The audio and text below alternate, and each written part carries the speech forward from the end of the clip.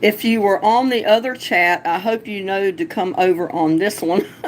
I've been having trouble getting online, so I planned to do this outside, but I had to bring it in because I was having so much trouble with it. I tried to go live from the app and it wasn't working. But anyway, I'm back here now, so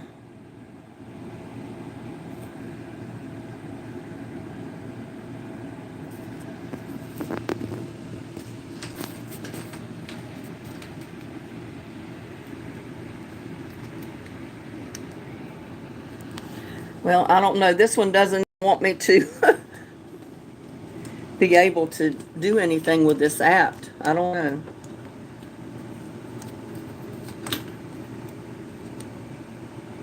I think I tried to use the wrong phone.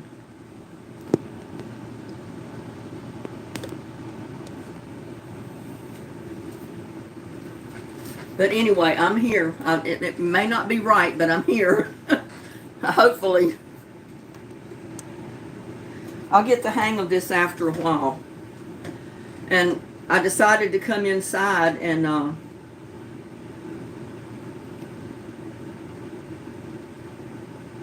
so I can use the laptop.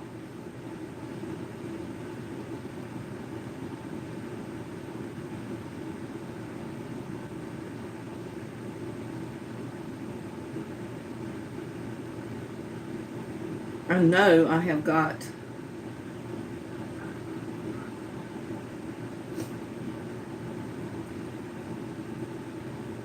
This is not the way I thought this was going to turn out to be today.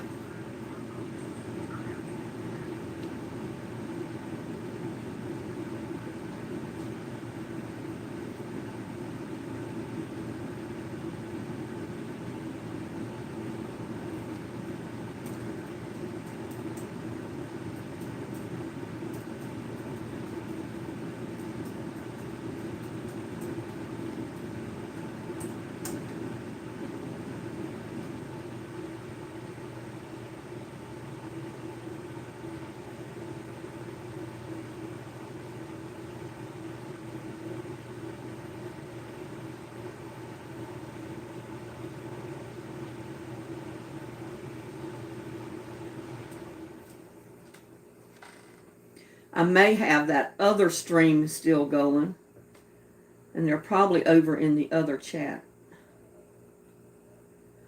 See if I can check it.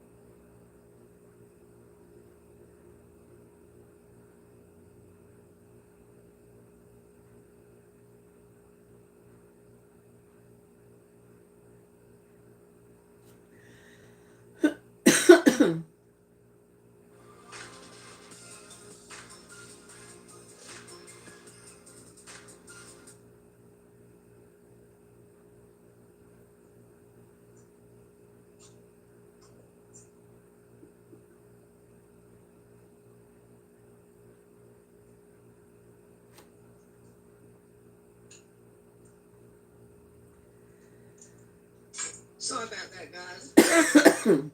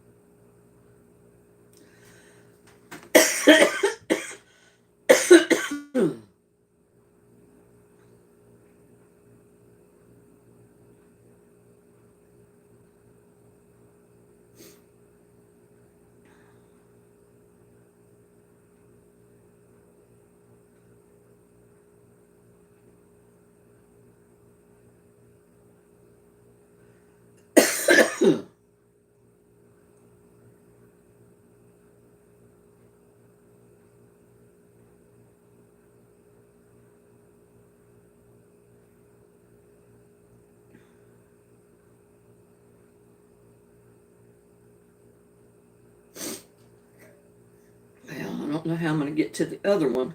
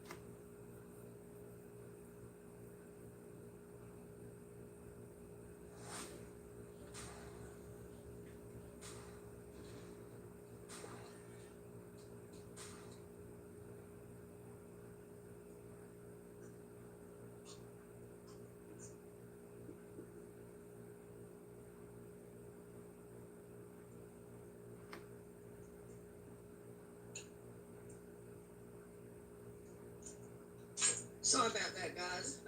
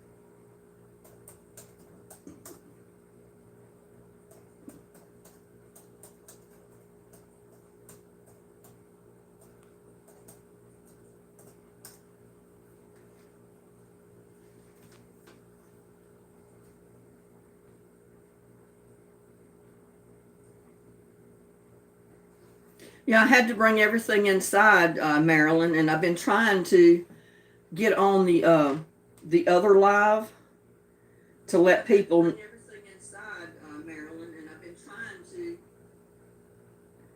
I was, like I said, I was trying to bring everything inside and get back on the live chat, and it wouldn't let me. I couldn't get back on the original chat, so I had to start this one. But yet there was 14 people waiting on the other one, and I can't figure out how to get back over there to let them know, that they need to come over to this one.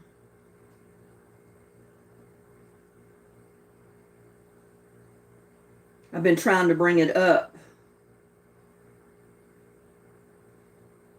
but it keeps bringing the same one up again.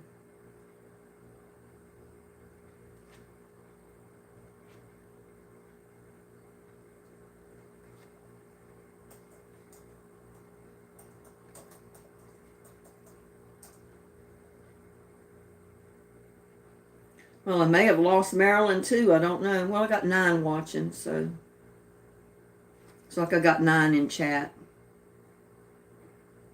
Yeah, I meant to do this from the garden, but I was having so much trouble getting it all set up that I decided to come in the house and do it.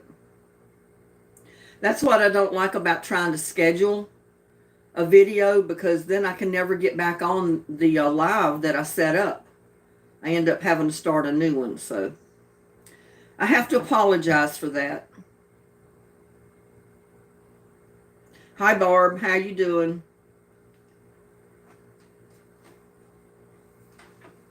I'm trying to look at the chat. It's hard to read it. It's not that big, so y'all have to bear with me. But I wanted to get on here and just do a live this afternoon before it got too hot. But like I said, it was already too hot out there. We had an unexpected little thunderstorm last night, which gave us a little bit of rain, just enough to make it really hot and humid outside. So I decided not to try to do the live outside, just to bring it in the house where it was halfway cool, so I could be halfway comfortable, while we were doing it. I'm doing fine, Barb. I'm glad to hear you're doing okay. I hope all of the ones that were in the original chat or the original live video that I scheduled know to get out of it and come back into this one, because, there was 14 people waiting on that other live for me to get on board, and when it came live, I couldn't get on it. So it's just crazy. So I had to set up this new one and just start all over again. So I said, well, from experience, I think that was the same thing that happened to me the first time when I did a scheduled live. I had to start another one, and I lost a lot of people, because I think I had about 69 or 90 some people waiting in on the video for it to come live. And then when I closed it out, they just assumed it was gone, so they didn't know to log back into the new one. So, but yeah, I wanted to just do a spur at the moment live this afternoon, just basically for some questions and answers that people might have. I know I got several comments on some of my videos that some of my viewers or subscribers were wishing that I would have more lives so they'd be able to just ask me questions in a live. So that's why I decided to have this one. So if you have any questions on gardening or anything else that I've been doing on my videos, this is what this is for, to get those questions answered, give you a chance to talk to me, through the chat and that type of thing. I didn't really plan on doing anything special. So if you have questions, now's the time to ask them while I drink my coffee.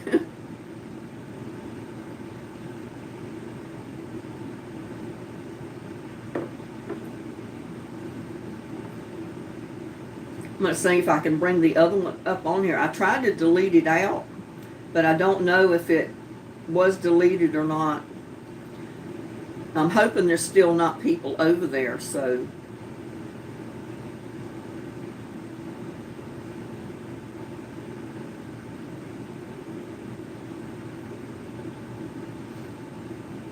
Yeah, the only live that I bring up is the one that is live right now, so.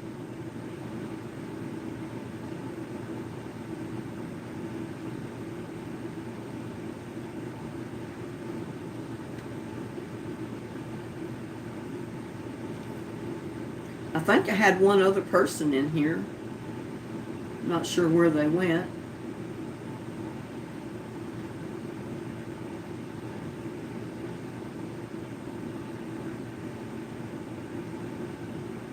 Yeah, see, I still got 22 people in the other chat.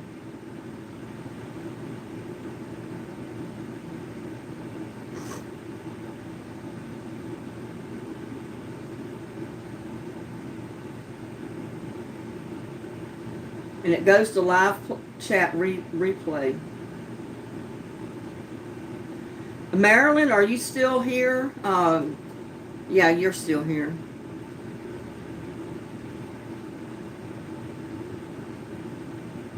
Yeah, I saw it when you said hi, Marilyn.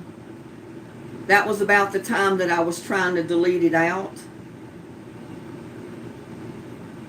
But it still shows that I've got 22 people over there on that other video, and I've been trying to get rid of it. I don't know what to do about it.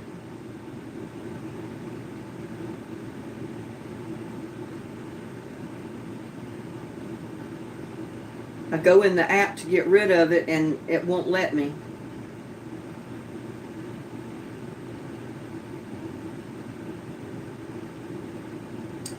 So, I think the next time I'm going to do like I did my first live. I'm just going to tell people what time I'm going to have it, and then just go live, not schedule it, because I run into problems every time I schedule it.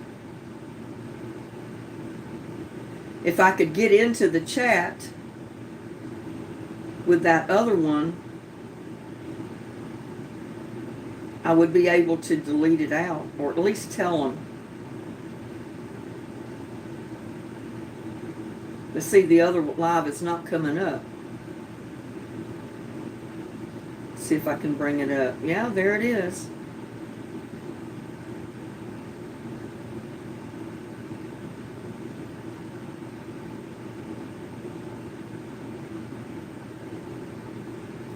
But I've had 22 people over there.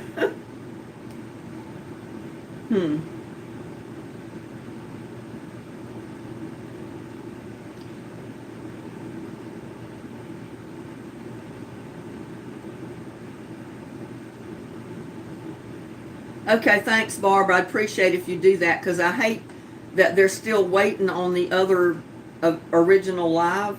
That's where I had the better thumbnail. And you can tell I was having problems because it immediately went live whenever I started the new one.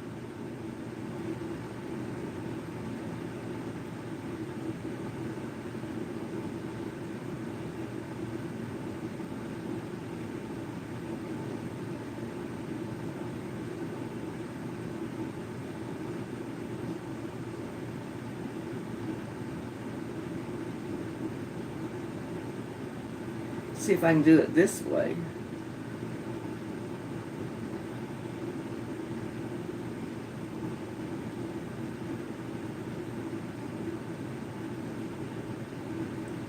Watching.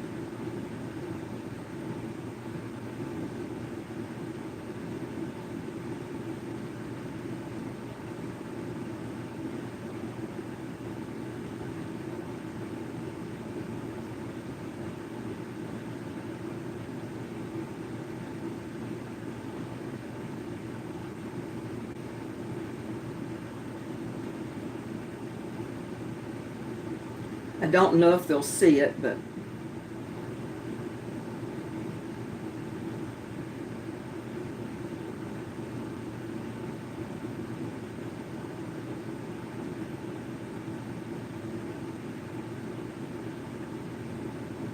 All I could do was put something.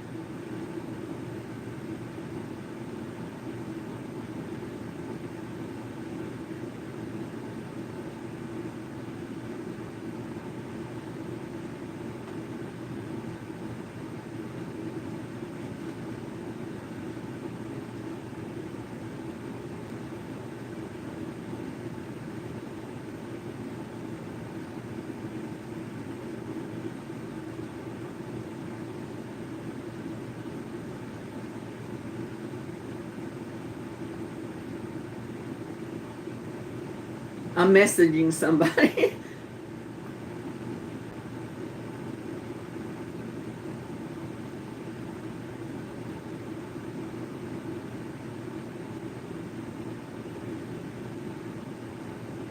It may show up on this one, I don't know.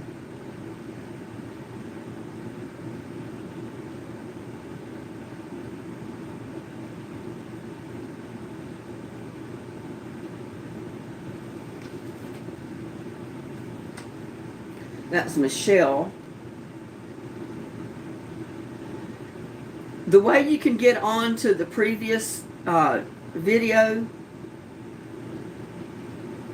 that I know they're waiting on is just to go into YouTube and put in my name, Linda Hauser, and when my videos come up, that old live should come up with the one we're on now, and you'll be able to message the other people. That's what I just tried to do.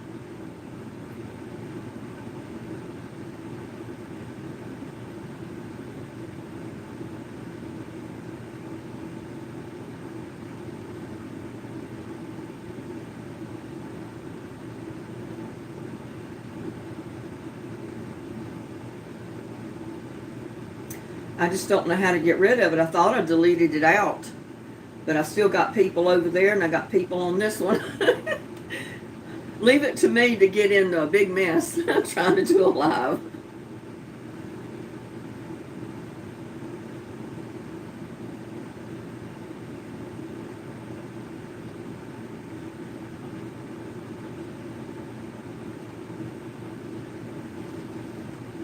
Well, I'm on it right now, so I don't know.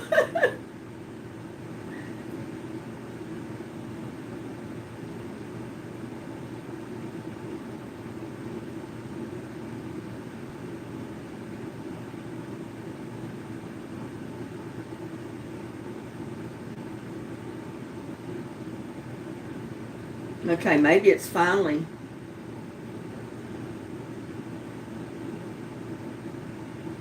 Yeah, it's down now, so they should be on the old one. It just taken it a little while for it to completely go away. Oh, my back's doing a lot better. When I did my video yesterday where I was clearing the spot for my new project, I was aching a little bit last night, and when I got up this morning, I still was aching a little bit, but I'm fine now. I mean, it's really not hurting at all. So I think what happened, it scared me when I, started hurting last night, and then when I got up this morning, I was afraid for it to be really bad this morning. But it was just some aches and pains from it, and after I was up and moving around, I'm fine now. It may have been just doing a little bit of strenuous work on top of the problem I'd had for the last week or so. And it was just like soreness working its way out, I guess. I hope that's all it was, but I'm fine now. I'm ready to get out there and finish my project, but I think I'll wait a day or so on it because in the forecast, my son was going to come over. He had messaged me this morning that, he could come over and help out getting the project done so I wouldn't have to do it by myself. But he said that they are predicting thunderstorms. And I checked the weather app, and sure enough, yeah, we're going to have thunderstorms today. Could have thunderstorms. So, good and well, if he comes over here, hour and a half drive, it's going to come up a thunderstorm while he's here. And we won't get to do it. So, it may have to wait till tomorrow. But I will video it whenever, I do finish the project. So everybody will get to see what it was, because I haven't told anybody yet. Only the person blooming knows what it is, and she's the one that sent it to me, so. Okay, Linda Franz, how can I do what you do? Are you talking about gardening or being a YouTuber?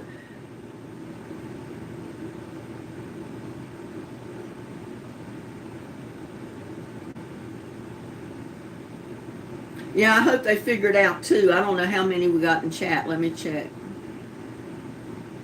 Well, I got 11.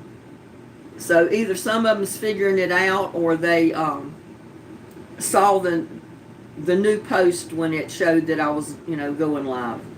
So, how can you do your own videos? Well, I started out just using my little old cheap cell phone. In fact, that's what I'm live on right now, is my little cell phone. It doesn't have enough memory left in it to really do videos, to save them to the phone and then upload them. So I said, since it doesn't really take memory to go live from your phone, I'm using my old cell phone that I'm going live. You just go to your, just go to YouTube, click on the plus sign at the bottom of the page, and it'll give you the option to go live. And you can either schedule it for a later time, or you can go live immediately. And that's what I did that second time, and it didn't give me the option to upload a thumbnail. So you got the top of my hat in the picture instead of the thumbnail that I originally had put up there. So I have to apologize for that. Yeah, but it's not that hard to do your own videos. You can either do them, if you have a camera or a cell phone with enough memory, you can do your video and just save it to your phone, or it'll be automatically saved to your phone. You don't have to go live. Just, it'll save to your, that section of your phone where your pictures and videos and things are stored. And then you can go in there and upload them to YouTube. Or you can save them to a thumbnail and then put that thumbnail in your computer, and then put them on your computer, upload them to any program, editing program you might have, edit your video, and then put it on, upload it to YouTube. So there's several ways that you can do it. It's not really difficult. It's just a little time consuming sometimes, especially when you first start, when you don't know what you're doing, like me with going live. Well, Gladys, I'm glad you enjoy my videos, because I'm glad and so happy that you like watching them, because it's people like you and the rest of my people that are in chat. The reason I have a successful channel is my subscribers. I need subscribers. I want my channel to keep growing, and as long as I have people watching, I know that I'm doing something right. Somebody's liking my videos. No, I'm not a Wonder Woman. I'm not a Wonder Woman by a long shot.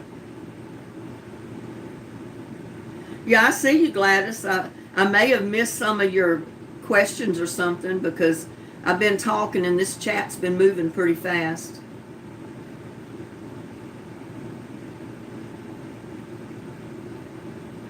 Well, at this point, I wouldn't worry about the other video. I think probably it's gone by now. I'm not sure, because when I look on my phone to bring up the live video, the one I'm on is the only one that comes up, and it shows that there's 9 watching.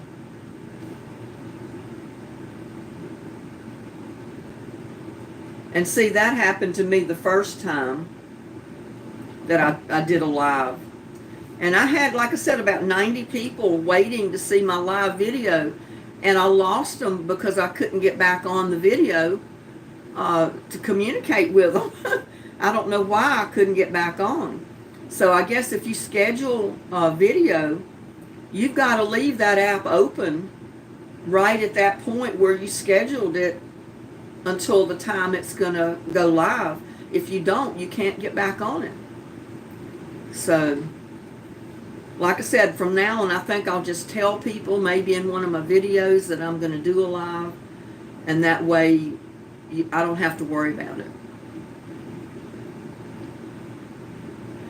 Gladys, I don't know if Bloomin' is on here or not. I haven't seen her in chat. She may have been one of the ones that were in the other video that was trying to watch that. I don't know. If you have a way to check with her, you might want to check with her and tell her we're on a live right now. But I have not seen her name come up.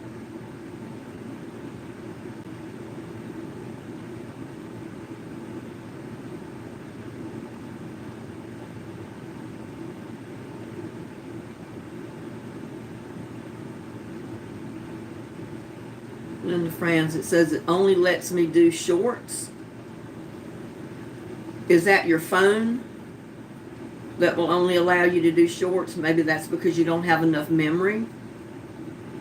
That's the problem I was running into with my phone, is because I try to do a video and I'd get like a quarter of the way into my video and my phone would stop. The video would just end because there was not enough memory to keep going with it. You're welcome, Gladys. That baked ziti is really good. I'm still eating it. I ate it for dinner last night. And then I ate a piece of my zucchini bread for breakfast this morning.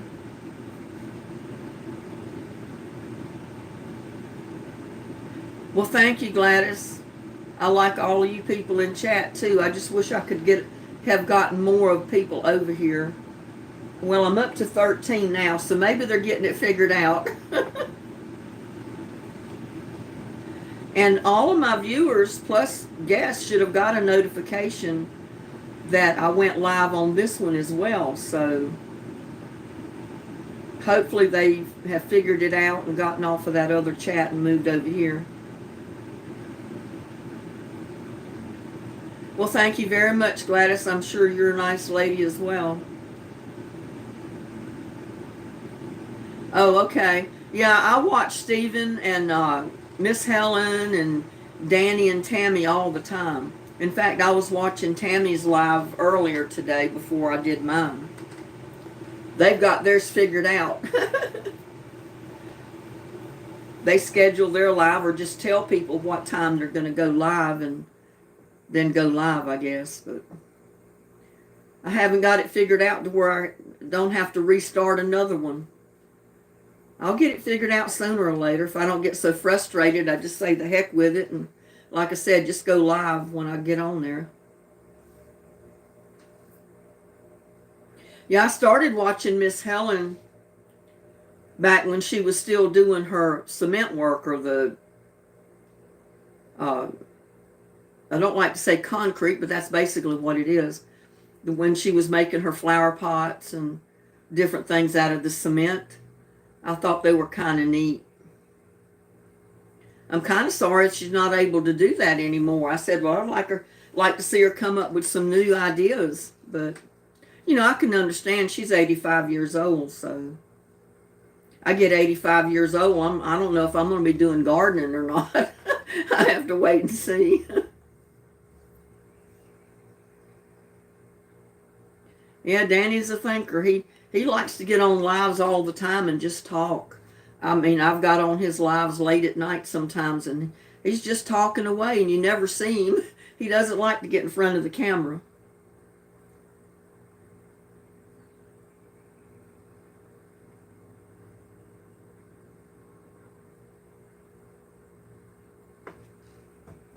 I don't know if I can message Bloomin'. Let's see.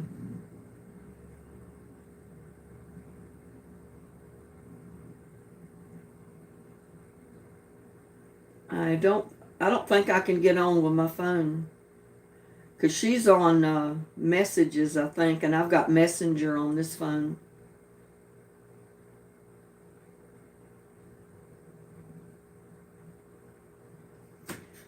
Oh, let's see if I can go on Facebook and maybe get her a message.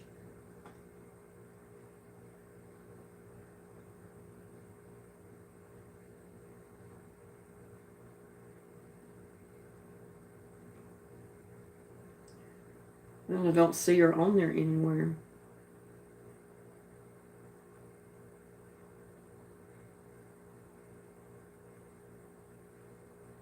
People.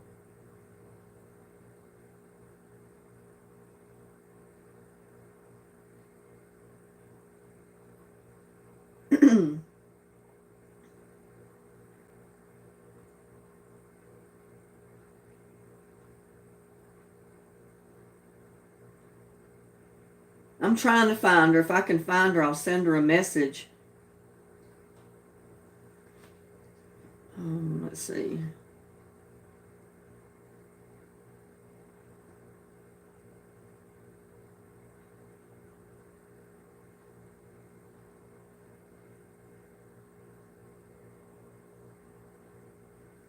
No, she's not coming up. I don't know how to get a message to her.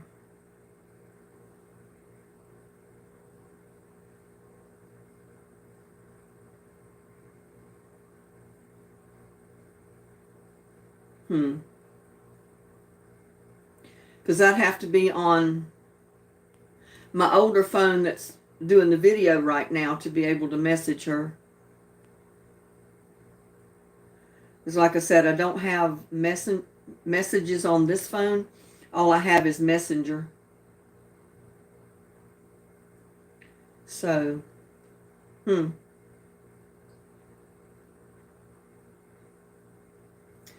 well.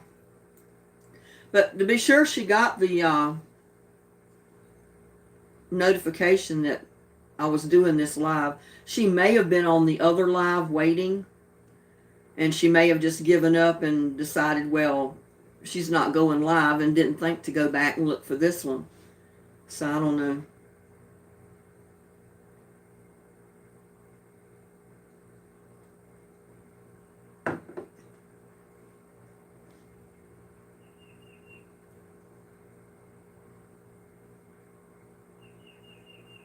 Yeah, I don't know either.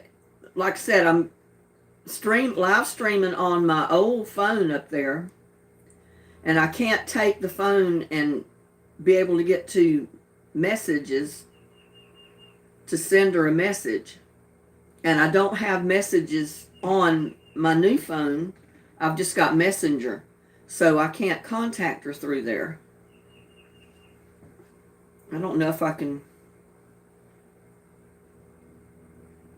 But like I said, to be sure, she got a message or a notification that I was going live, but she could have got stuck on the other one.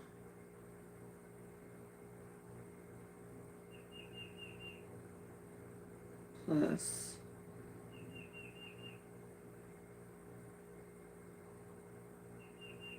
I can send her post her a message. Maybe that'll work.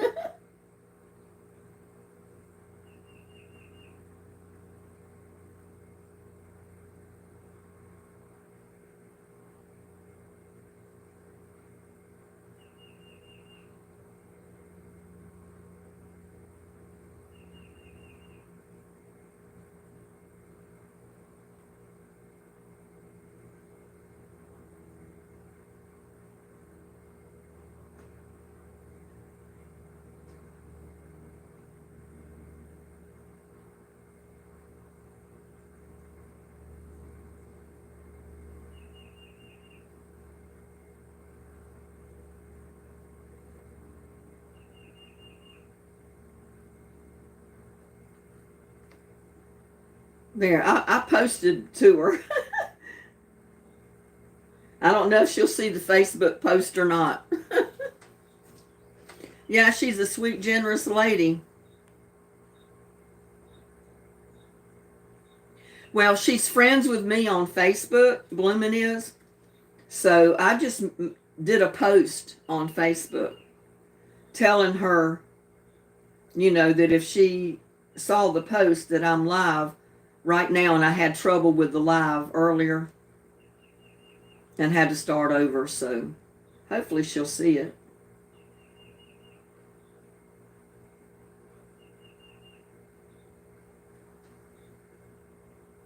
But like I said, I don't have messages.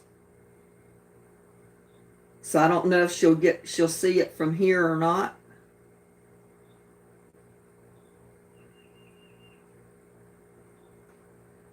I may have to be on my old phone to be able to contact her. Have no idea.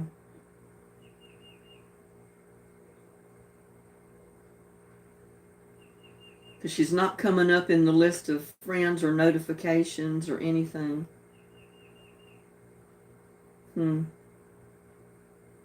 Oh well. There'll be other times, I guess. Yeah, I was watching his concert and I was cooking my zucchini bread basically at the same time. When I had to spend all my time working with on video, I had to turn the sound down on the concert and watch it. And then as soon as I, could get it in the oven, then I turned the sound back on the video so I could listen to the concert until I got my video done that I posted this morning.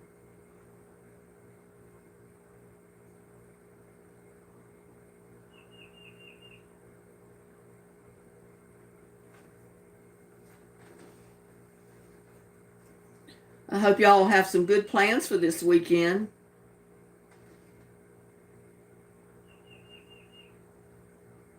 Yeah, I really was counting on Bloomin' being in this, but I don't know at this point how in the world. I might be able to go to Facebook.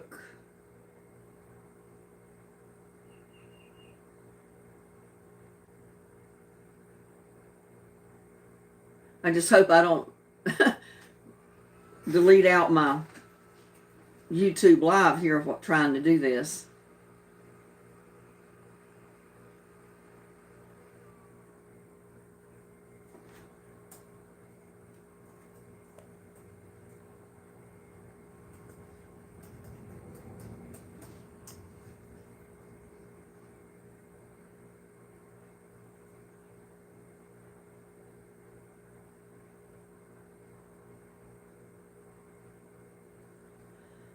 I can't even get on there because I'm on Google, reading the chats. And I can't get off, or if I do, I'll mess up my chat here. So I'll just have to let Bloomin' know later that if she was in that first video in the chat waiting, I'll have to let her know what happened.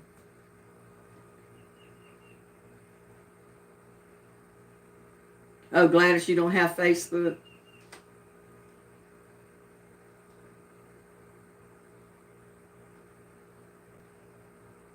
Yeah, Bloomin' had sent me a friend request on Facebook, so I can also communicate through Facebook with her now. We send, messages back and forth all the time.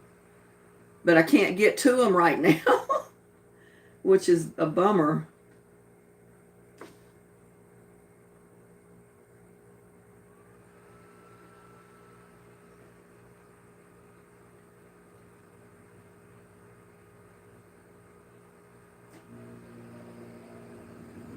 Oh, I'm on. Wait a minute. Let me see if I can. No, I don't want to post.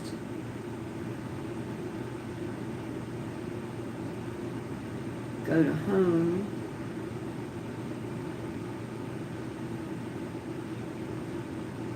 Let me see if I can find her in chat. If I will, I'll send her a message through Facebook and see if we can get hold of her.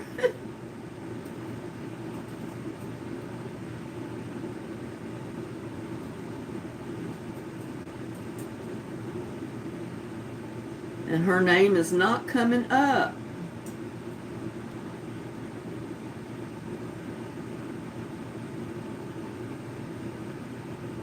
I've got several Patties.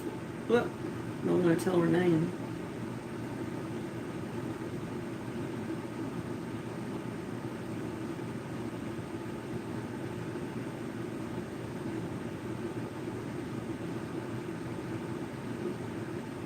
Well, that's not her. There's several that come up under her name, but I'm not seeing.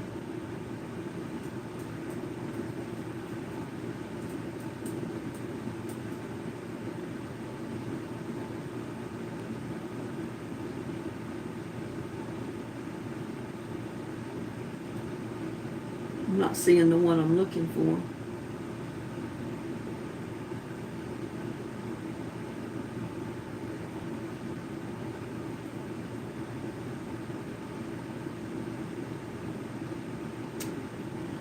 Oh well, so much for that. Let me see on my notifications if I've got anything from her here. I hate to spend all this time just doing this. I mean,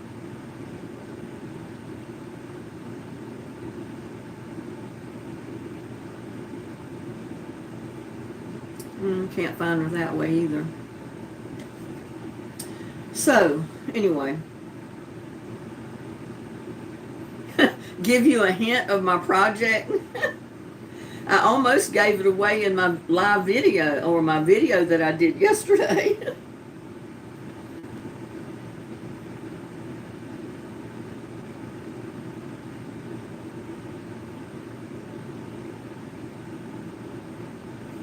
Well, all I can say is it has to do with gardening, and that's all I'm going to say. Because I basically gave it away in my video yesterday, and I said, well, maybe people won't pay attention to what I said. So I said I want to keep people in a little bit of suspense till it's pretty apparent what it's going to be. So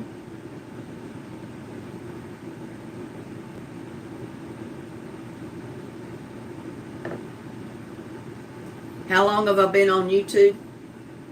I've been on YouTube for many, many, many years. If you'll go to my info or about information, that's not really the correct time that I started on YouTube, because I started years before that. Only my channel was not on gardening. It was not on cooking what you grow or anything like that. My channel was entertainment solely. It was singing, because I sang for over 20 years with the church that I went to in their choir, and I've done solos. I've recorded several songs, and I love to sing.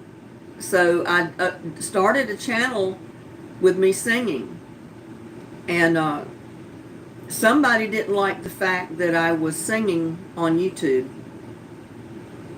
So they went in and they hijacked my channel. It was to the point where I had to go into Google and change my password and stuff.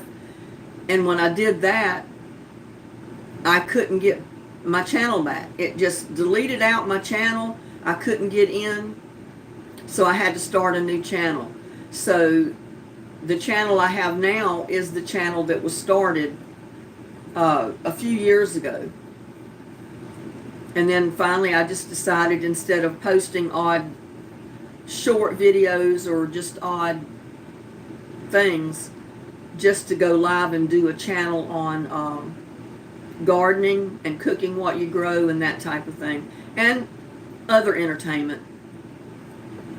So there may come a time that I'll just break out and go live and start singing on YouTube. I don't know.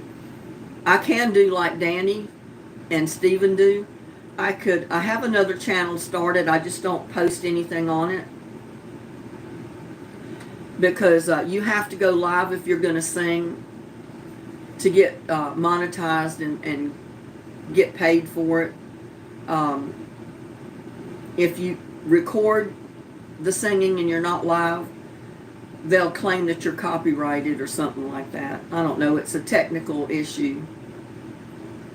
But I did go live on Facebook, but I was having problems with my computer or trying to get it set up to go live, and I kept getting this back feed to where I had like an echo of my voice in the background.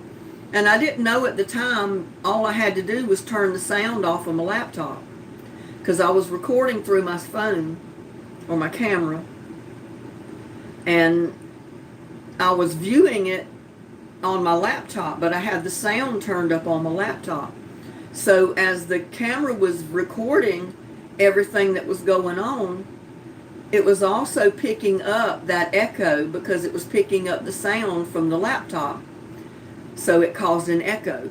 So I spent half the video trying to figure out why I was getting this echo. And then finally I just went for it and I started singing.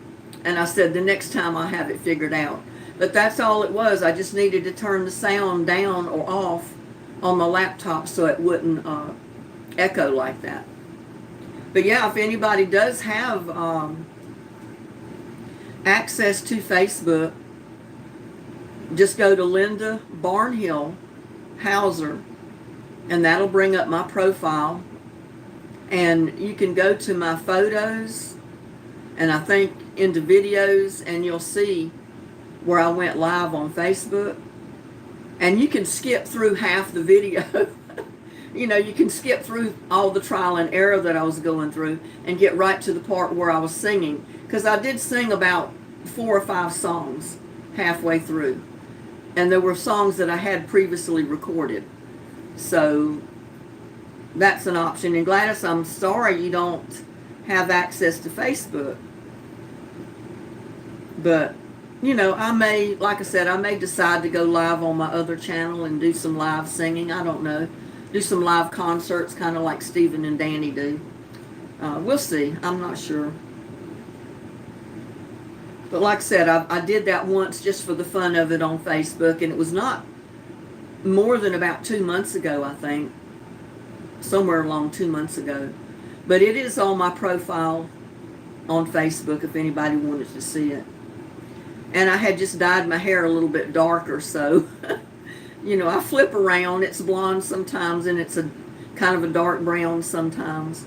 And it was dark brown in that video, that live one.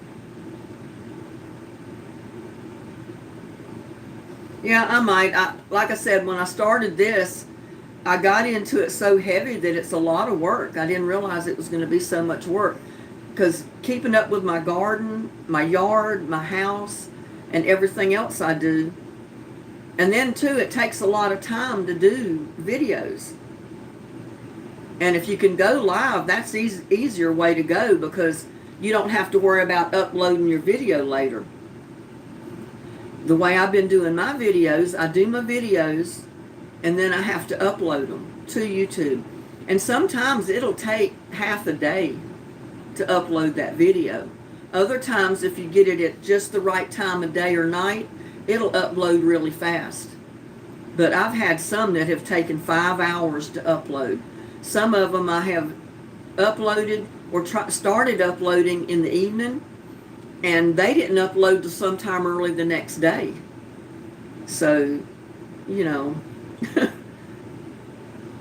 So sometimes I'll try to record a video like today, upload it, and post it tomorrow so I can get it up early, not have to put it up in the evening. But I got to the point where I figure, well, whenever I get it uploaded and posted and people can see it, is fine with me. Because sometimes people can't watch them when you first upload them and get them started anyway. So, and when it's recorded like that, you can watch them whenever you have time to watch them. And the lives are the same way, because, you know, it'll be a recorded video after I end the live. So people can go back and they can see that video. They can see the chats later if they want to. Well, hi, Love Fairy. How are you today? I'm so glad you joined us. And Linda, we've got Gladys, Linda, Love Fairy. Who else in here? I think a Marilyn.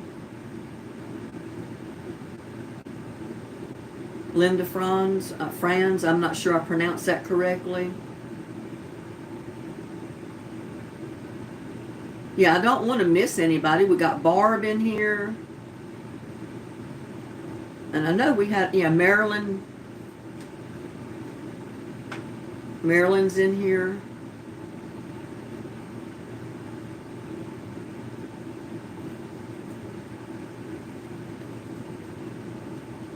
So I guess nobody has too many questions to ask. Yeah, I wished I could have gotten Bloomin' in here. But like I said, I know she got a notification that I went live even on the second one. So like I said, she may have been on the first one waiting and just gave up and didn't think to get back on and look for the new one. But with me, you'll have to learn to do that.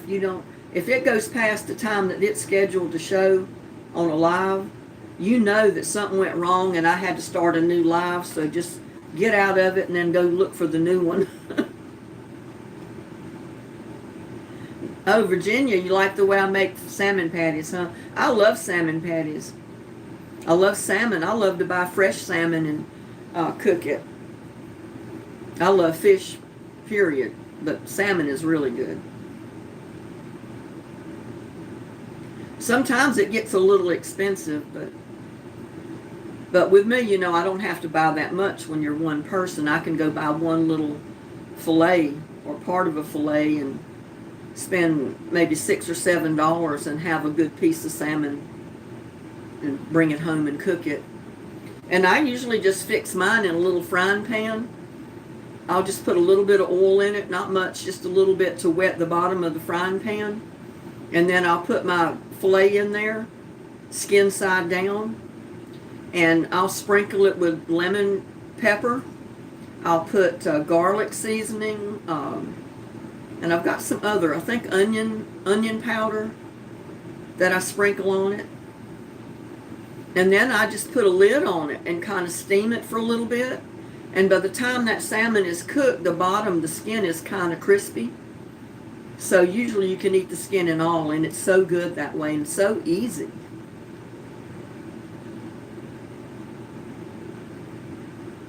Oh, you want to see me cook a nice dinner meatloaf? Well, usually I have gotten to the place where if I fix meatloaf, I also fix it on the stovetop. I don't make a great big meatloaf anymore like I did when my kids were home. When my kids were home, I usually fixed a meatloaf about once a week with cream potatoes, vegetables, the whole works. But since it's just me, I don't make a big one anymore.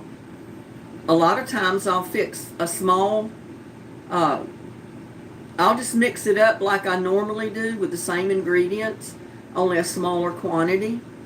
And I'll use my small cast iron frying pan, or sometimes I'll use the big one. Sometimes I'll make that meatloaf mixture into like big hamburger patties, and I'll put it in the pan. I'll pour my tomato sauce on it. I'll slow cook it and put a lid on it, kind of like it would do in the oven, till it's done, and that's my meatloaf now.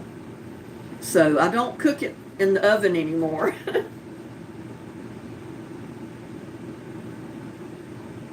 So if I cook any meatloaf, that's probably how I'll do it, is on the stovetop. So I don't know if you'd want to see it done that way. Like I said, it's the same way I mix it up. I just cook it a different way.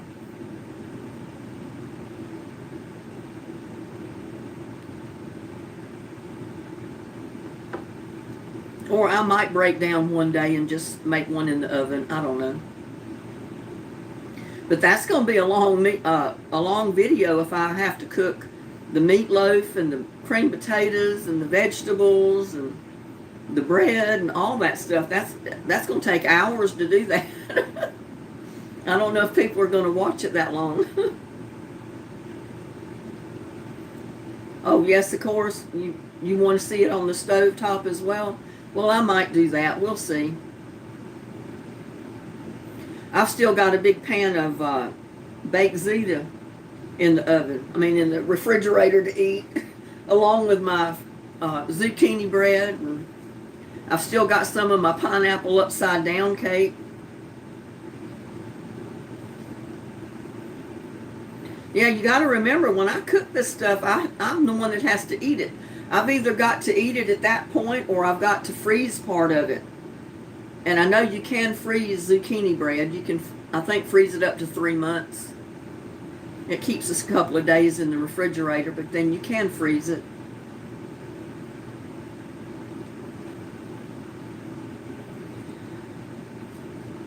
But I probably don't fix meatloaf any different than probably anybody else. One thing that I do put in my meatloaf is oatmeal. Instead of using,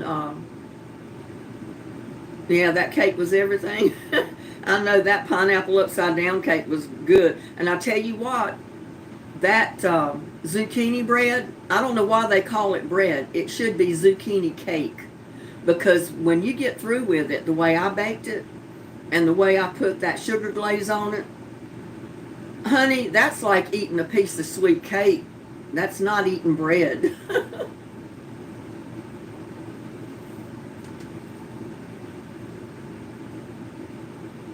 Yeah, I know. It comes out really moist.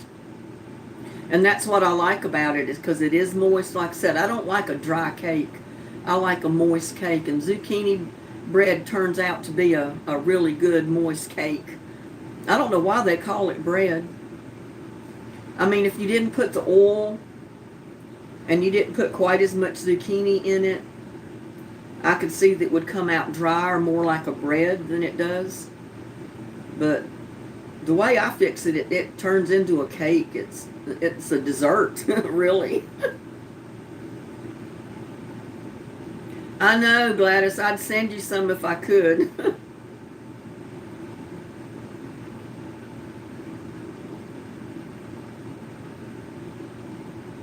Yeah, I've got some cube steak that I got in the refrigerator that I'm going to cook next, I think. That's just a southern dish that I've cooked forever. My kids loved it. I like to chop up onions in it sometimes. Sometimes I don't. But the way I cook it, my kids always loved it. And the way I cook my liver, the way I fry my liver and make a good, nice brown gravy with it, my kids loved it. Now, my son, if I put onion rings in it to cook, he would not eat the onions. He'd pick those onions out, or he'd get a piece of the meat on his plate, and then he'd dip out some of the gravy to put on his potatoes, but he wouldn't get the onions because he didn't like the onions.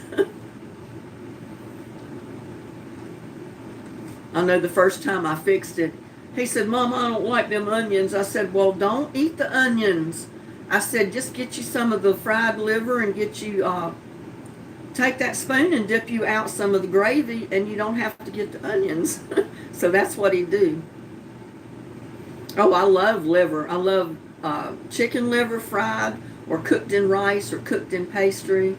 I love beef liver fried. And the first time I went to a restaurant here in Texas, after we moved here, they had liver and onions on the menu. And I tell you what, I said, "Oh my God, I can't believe they got liver and onions." So I ordered it. And it was good, but it was not the liver and onions that I was, used to eating. Theirs was not breaded, and it was just cooked in a pan. It had onions thrown in the pan, a little bit of oil, a little bit of seasoning, and that was it. It was basically cooked in a baking dish till the liver was done, which is only a few minutes, and the onions were done. And it was good, but it wasn't that brown gravy that I make with my liver.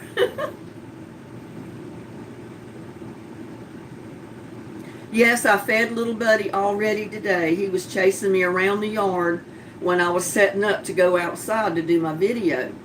And I got my chair set up out there and got the spot fixed where I was going to do it. I took the picture of the thumbnail. And then I decided later, no, it's getting too hot out here. I'm just going to go in the house. So I did feed little buddy. And then I came in the house and got things set up in here. And then had a turmoil trying to get the video started. So I don't know what I'm doing wrong. But I think Danny said that when you do schedule a video, you got to leave the app open just like it was when you scheduled it, for it to open the way you scheduled it to. If you close the app and go do something else with it, then and then you open it later, it's not going to put you on that live. So you live and learn.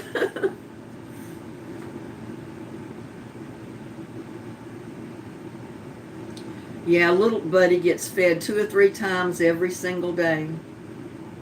Oh, it's going to be close to 90 here today. And since we got that thunderstorm last night, it's real humid outside. It was like 86 or 87 out there yesterday. And it was close to 90 the day I was out there trying to level off that spot for my project. That's the reason I had to take so many breaks.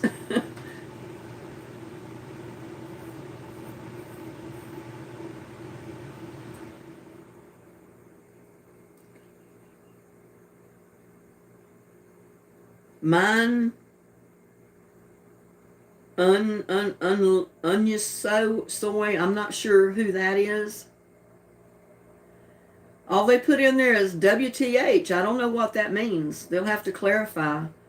I don't know if they got on my live by accident or who they are.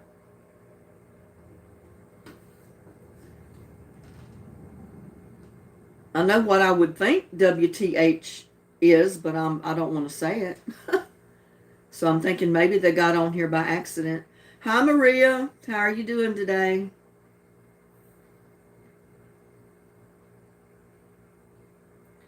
And it looks like it's mine, MINEONLUSOY.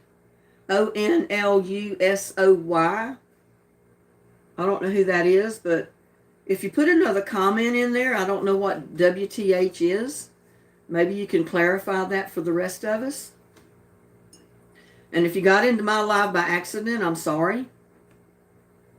You're welcome to leave.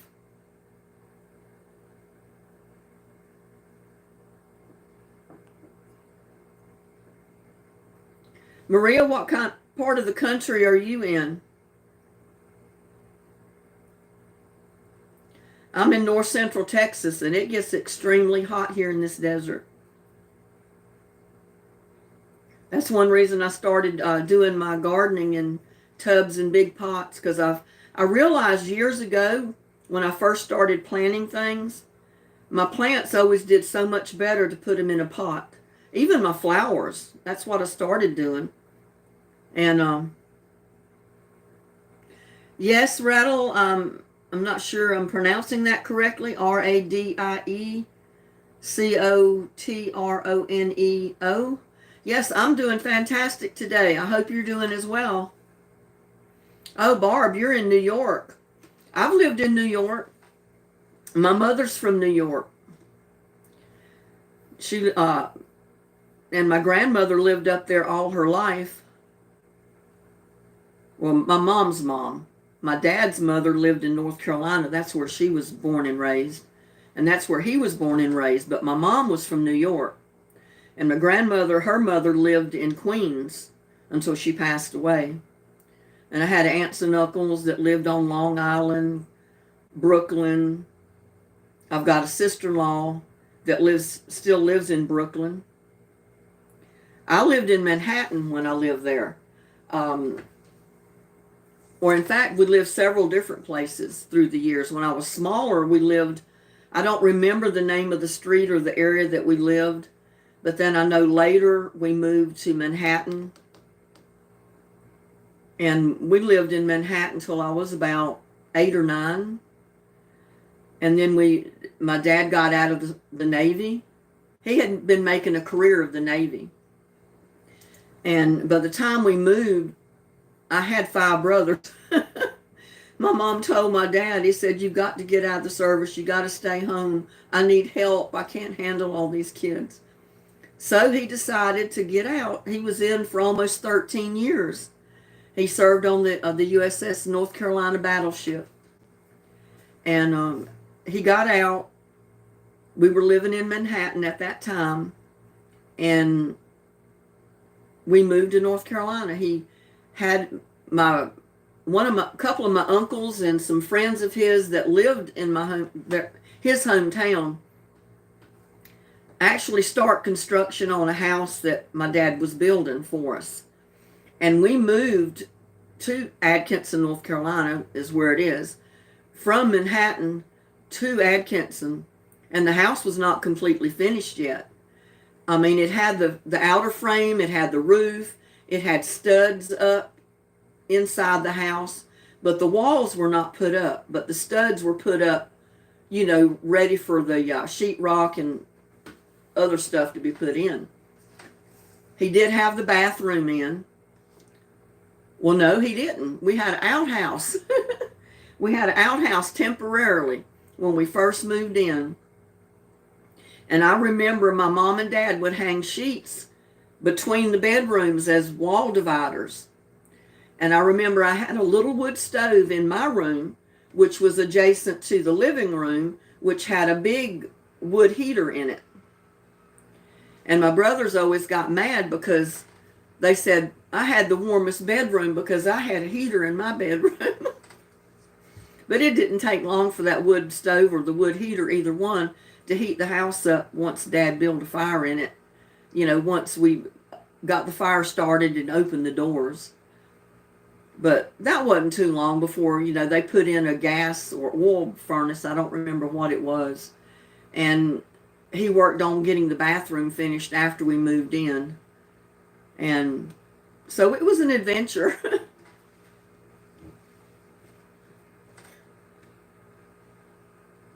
Oh, Gladys, you're from around Coney Island.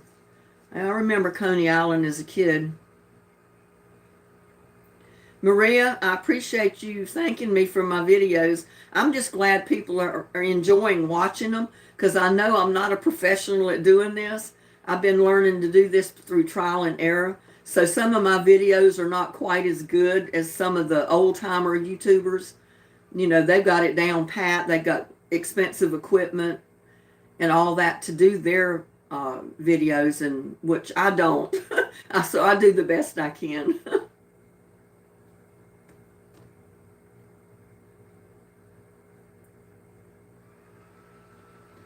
Yeah, well, I'm originally from a little place right on the coast of North Carolina. Little town called Atkinson. I'm surprised it's even on the map. It's so small. But it's only about a 20-minute drive to go to Carolina Beach, Wrightsville Beach, Fort Caswell, that area, from my little hometown. In fact, I used to, when I lived at home before I got married, I'd drive from Atkinson to Wilmington, North Carolina to go to work. I worked at a store called J.M. Fields. It was a little department store. And it's similar to a Walmart on a smaller scale. And they were a chain business. So they had stores in other locations, but it was on a smaller scale. Because I remember it had a dry food section. It had a kitchen section. It had a little bit of everything. It had clothes, shoes, you name it. It was all in there, kind of like Walmart is. It didn't have a deli or anything where you got fresh food, though. Anything they sold was in boxes or cans, that type of thing. And then after I got married, I moved out on Oak Island, North Carolina. And that was about an hour's drive from my hometown. I loved living on Oak Island. We were 2 blocks from the beach strand. So I come out my door when my son was little, and my daughter, she was almost 6 years older than my son. So she had started kindergarten, I think, by then. So when I'd get her off to kindergarten, I'd get the house clean. I'd put my son in the little stroller, and I'd push him down the street, and we'd go down on the beach strand because it was just 2 blocks away. I loved living there. I didn't want to leave. In fact, my husband come home one Monday, I think, or Tuesday or Wednesday of that week, and he said, we're moving to Texas. I've got to be in Texas on the job Monday. I said, no, we don't. We're not moving to Texas. I'm not going. I kept telling him I was not moving to Texas. But here I am. We packed up everything we could pack up in a hurry, and we had a pickup with a camper on it. We had a car. So everything we could load up in that pickup and camper and that car, we packed it to the brim. Also, there was other people moving to Texas from the job that he worked at, which was a nuclear power plant. They were moving out here at the same time. So they already had gotten this big moving truck, and they had plenty of room left on it. So we put about 35 cardboard boxes full of our stuff on that truck. And what we couldn't get on the truck, get in our pickup and camper, and put in our car, we left in the rent house. Well, in fact, his parents, it's my ex-husband now, but he was my husband at the time. His parents drove down from Charlotte. And they did get a few things out of the house, but there wasn't much that they really wanted, an elderly couple. But there was a lot of kids' toys and a lot of things, that just stuff you really don't have to have left in the rent house. Thank God we didn't really have furniture to move, because we wouldn't have been able to do it. But we drove to Texas, and we had CBs in each car, so I could communicate back and forth. We didn't have cell phones then. This was back in 1978. I don't know when all the cell phones come out, but I know we didn't have cell phones at that time. So we talked back and forth on the CB radio in the cars. And the closer we got to Fort Worth and Dallas, I kept saying, I don't want to be here. I don't want to go to Texas. He kept telling me, he said, well, we get there, we'll stay for a couple of months. If you don't like it, we'll go home.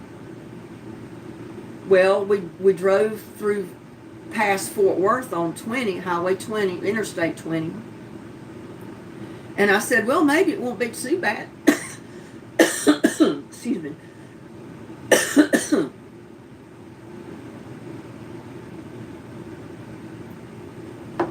I said, maybe it won't be too bad. I said, when I drove by Fort Worth and Dallas, going through, coming by on Interstate 20, it will look like it was pretty heavily populated. I said, well, maybe it won't be too bad. I told my husband on the radio at the time. And he come back and said, well, we're not there yet. We got a little ways to go yet. Well, then we exited 20 coming down 377 south toward Granbury. And that put us in the middle of nowhere again. And I said, oh no, can't handle this. And then we drove through the business section of Granbury. On the day we drove through, there was literally tumbleweeds. If you've ever seen a tumbleweed, you know what I'm talking about. The wind was blowing and they were rolling across the street on the town square. I said, I can't handle this. And he promised me, he said, well, we'll try it 2 or 3 months. If you don't like it, we'll go back to North Carolina. Well, 2 or 3 months ended into 40 years, over 40 years now. Because we ended up divorced about 6 or 7 years after we moved here. And I've been on my own. I raised my kids by myself because he eventually retired and moved back to North Carolina. And I've been here. My kids are grown now. They're on their own. They've got their own families, their own homes in different locations. So I'm here by my lonesome now. And I was going to say something. I forgot what I was doing. I feel like I'm boring people, and I don't want to lose people in my chat or on my live, because I was doing this because I had a lot of people requesting that I do another live. So that's why I went ahead and did that today.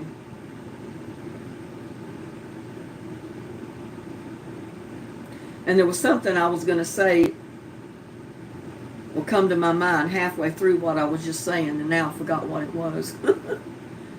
That's terrible, isn't it? But I guess Texas has grown on me. I still own property in North Carolina, and I've tried to do something with the property. I put a driveway in. I had a friend of mine who was married to my cousin that went there and bulldozed part of it off. But it was so wet you couldn't do anything with it. He almost lost his bulldozer on the property trying to clear it. In fact, he almost got it stuck and buried a couple of times. So he said, and I got pictures of it. They sent me through my, on my cell. It looked like a lake after he cleared it. I mean, there was literally water standing so deep, it looked like a lake sitting in the middle of the property. And he said, it'll cost you a lot of money to haul in enough dirt that you'll need to build that property up. So I just kind of gave up. I said, well, if it's going to cost tens of thousands of dollars, I don't have the money to do that. So I don't know what I'm going to do with it. Oh, yes, I'm happy you're not leaving, Gladys. If y'all get bored, let me know, and I'll end my video. I'll end the live, but I notice I lose one time, and then I gain one or two back. So we still got 13 people in the chat right now. And I still don't know who that was that got in here. Must have been by accident, because they never did respond to me. And I know y'all saw it where they posted WTH in capital letters. So I'm just thinking they got in my chat, my live, by accident.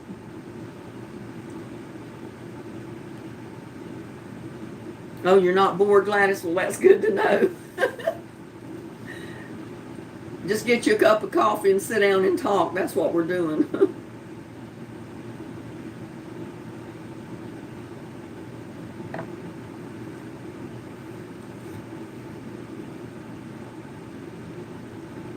Do you live in Coney Island now, Gladys? I know you said that's where you're from, but is that still where you live today? Probably is. I know when I was a kid and my dad was in the Navy, I was literally born in North Carolina. And we lived there till I was about 3 years old. And then my parents moved to New York because my mom wanted to be close to her family since my daddy was in the Navy. And when you're in the Navy, you're not home a whole lot. So we moved to New York, and finally my mom talked my dad into getting out of the Navy. And he did. He got several jobs in New York, but he didn't like it. I mean, he was a country boy. I mean, he was a sailor. He liked the USS North Carolina. He liked being on the battleship out in the water. Or he liked to be on a farm where he was from. So finally, he told my mom, he said, I can't handle living in New York City. I got to move back to the country. So he come home one Friday with a U-Haul truck, a U-Haul moving truck. We loaded up our car. They loaded up stuff in the truck. We did leave furniture, some of it in the apartment we had because we didn't have room for everything. We loaded up and headed to North Carolina. And my mom, after living in North Carolina for a few years, people would ask her, well, do you ever want to go back to New York to live? And she said, no. She said, I'll never go back to New York to live. See, so after she moved to the country, she learned to like being out in the country and not in the busy concrete jungle, so to speak. Yes, she said she'd never go back to New York. Teresa, I ended up living in Texas through my ex-husband. We were married at the time. He worked for the nuclear power plant in Southport, North Carolina, because we lived on Oak Island, which was 10 minutes from the job. Well, that job ended, and, like always, they always transfer the workers that want to keep their jobs to other locations. So they transferred my ex-husband to Comanche Peak, Texas, which is about 20-minute drive from here. It's not far at all. And that's what brought us out here. He wanted to keep his job. He was one of the gold hats, as they call them. He was one of the higher up bosses, and everybody wears a hard hat on the job. But if you're a boss, one that's got pretty good level up, you wear a gold hat. Your helmet is gold in color. So when you're walking around the job, people see a gold hat, you know that's the boss. And they call you a gold hat. So that's what brought me to Texas. My son he was born, he had already celebrated his first birthday on Oak Island. So he was a little over, he was a year and a few months old when we moved here, because we moved here in February, I think it was. We drove out here to move in February of 1978 is when we moved. And he was here on the job in Comanche Peak. He stayed on the job even after we were divorced, and I stayed here because my kids wanted to stay. He stayed on the job until he retired. As soon as he retired, he moved back to North Carolina because he inherited his parents' farm and home. They have a nice brick home on their farm, and he inherited that. Oh, and what I had come in mind to mention earlier when I was talking about my ex is the fact that he called me about a month ago. And he does call me from time to time just to check on the kids and check on me and that type of thing. But he called me and he said, well, I guess you know I won a $500,000 home in this sweepstakes I entered. I said, well, no, I didn't know that. There's some sweepstakes that helps research for kids, medical research, and I can't remember the name of it in North Carolina, that he enters, he buys one ticket every year. He spends $100 to buy one ticket because he said he knows the money goes to a good cause. Well, he was sitting in front of the TV the night that they were supposed to announce the winner. And he said, I didn't have any idea that I would be called a winner because they give out, the house was the number one prize, and then a car was like the second prize. And then they had like 2 or 3 different other lower prizes. And he said, I just wanted to hear who they were going to announce as the winner, because he said, you never know, I might win one of the smaller prizes, if not the big one, you know. I got to get something else to drink. So he was sitting there, and all of a sudden they announced the winner of the such and such home is Ben Hauser from Vale, North Carolina, which is just outside of Charlotte.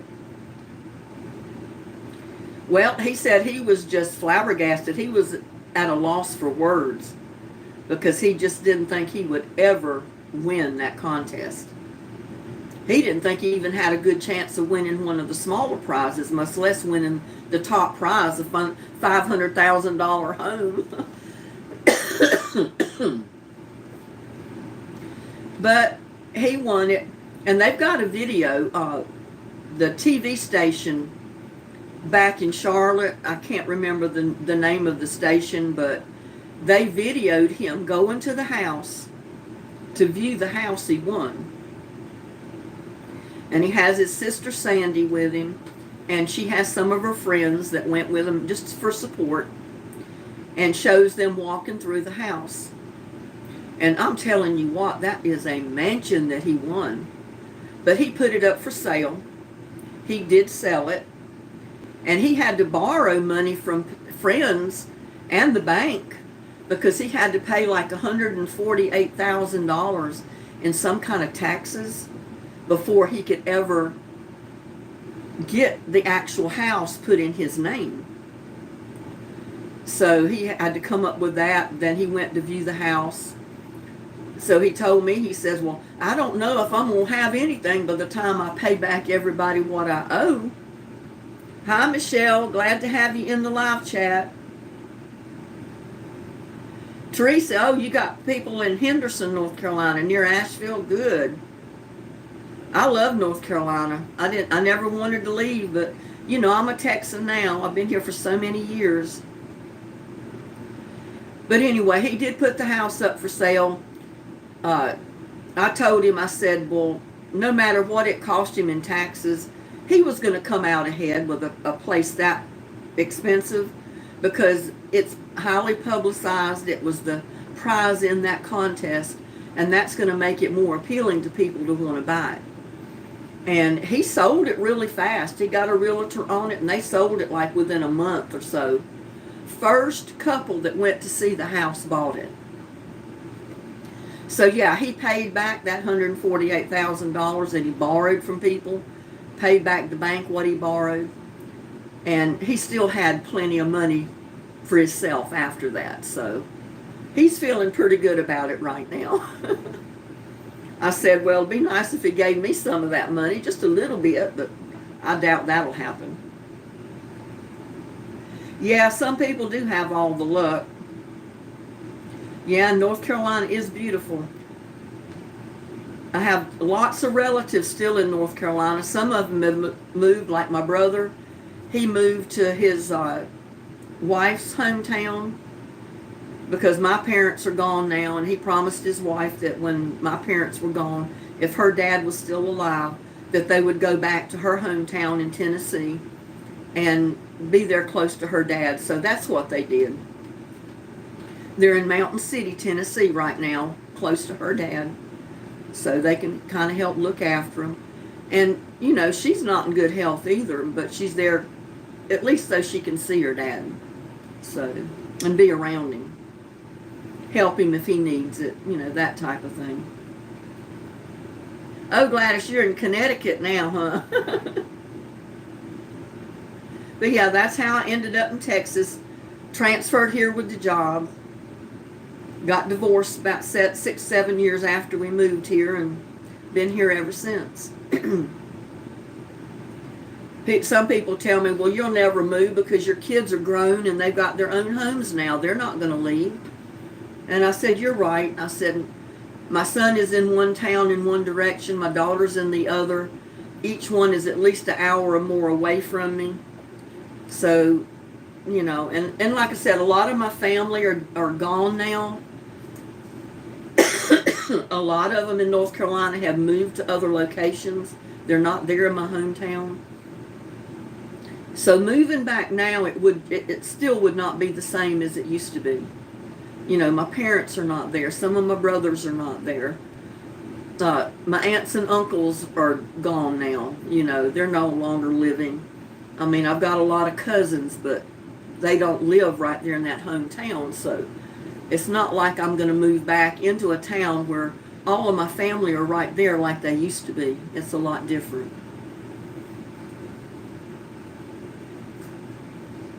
Oh, Teresa, growing up in the Air Force, I wouldn't want to live anywhere but my parents' home state of Tennessee. The only other place I'd like was Arizona, but no water there. My brother, my oldest brother, he graduated in North Carolina, but as soon as he graduated, he moved to New York and moved in with my grandmother, my mom's mother, and got a job in New York. And he lived in New York City for many, many years until he retired with IBM. In fact, he was working in one of the towers that was came down, you know, from the airplane bombing or whatever you want to call it. In fact, he had just retired from them just a few years, not many years at all, before that happened, before the planes flew into the towers. And I said, oh my God, I said, see, Billy, I said, God works in mysterious ways. I said, you retired early. And they basically forced everybody to take a early retirement because IPM had all these young people trying to get in. So if you were anywhere close to retirement age, they wanted you to go ahead and retire. And I think my brother was already at retirement age, but he didn't want to retire. He wanted to keep working. But they told him if he retired, they'd make it worth his while. He gets his full retirement pension. He gets per diem. He gets all this extra stuff if he'd go ahead and retire. So him and a lot of other ones reluctantly retired to make way for these new people to move in. Well, unfortunately, all those new people were in those towers when they came down, which I'm sad to say, but at least my brother was not there. And I said, see, it was not meant for you. It wasn't your time. And you were not meant to be in that tower when that plane hit it. So I praise God every day that, he's still alive. But he moved. He got tired of the cold in New York. He said he had a decent apartment. He lived in a decent area. But he said, I had to walk at least 2 to 3 blocks to get to the closest grocery store to buy any type of groceries. And he said, I plainly got tired of trudging through foots of snow in the freezing cold to just go to the store to buy groceries. And he knew people in Arizona already. Some of his friends had already moved there. And him and his other friend that lived in New York, Ed, they would go to Arizona to visit the friends that they had there. So they decided they were retired. It's so costly to try to rent a place on your own. And my brother was separated from his wife at the time, and they're still separated. They never divorced, but they are separated. And she still lives in New York in their apartment that they bought. And he moved to Arizona, but he moved with Ed. They agreed that they would move, rent an apartment together, and split all their costs right down the middle. So they pay 50-50 for any of the cost that it is to live in that apartment. And they love it there. But you know what? The first summer my brother lived there, the air conditioner went out.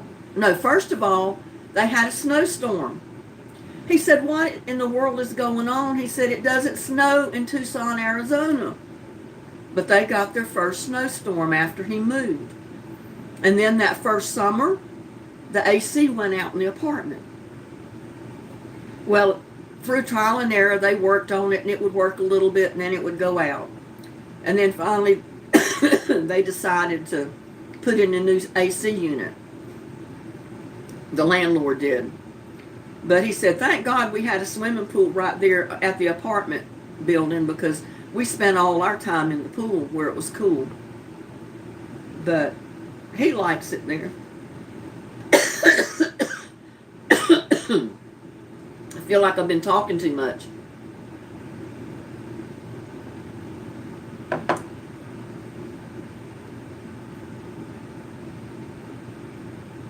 Yeah, Teresa, I think that was one of the reasons my mom, after moving to North Carolina and liking it there the way she did, I think that's why she didn't want to go back to New York, was because it's so crowded. There's so much crime going on. People living in the streets, that type of thing. So she decided, no, maybe the country's the best place to live. So, yeah, and I never wanted to leave my hometown, Teresa. I never wanted to leave Atkinson. And, I figured growing up as a kid that I'd get married and have a home right there. I never dreamed I'd be moving away. Never wanted to move. But look where I'm at. So, sometimes life has plans for you, and it doesn't matter what you say, what you want to do. Life has other plans. So that's the way I look at it.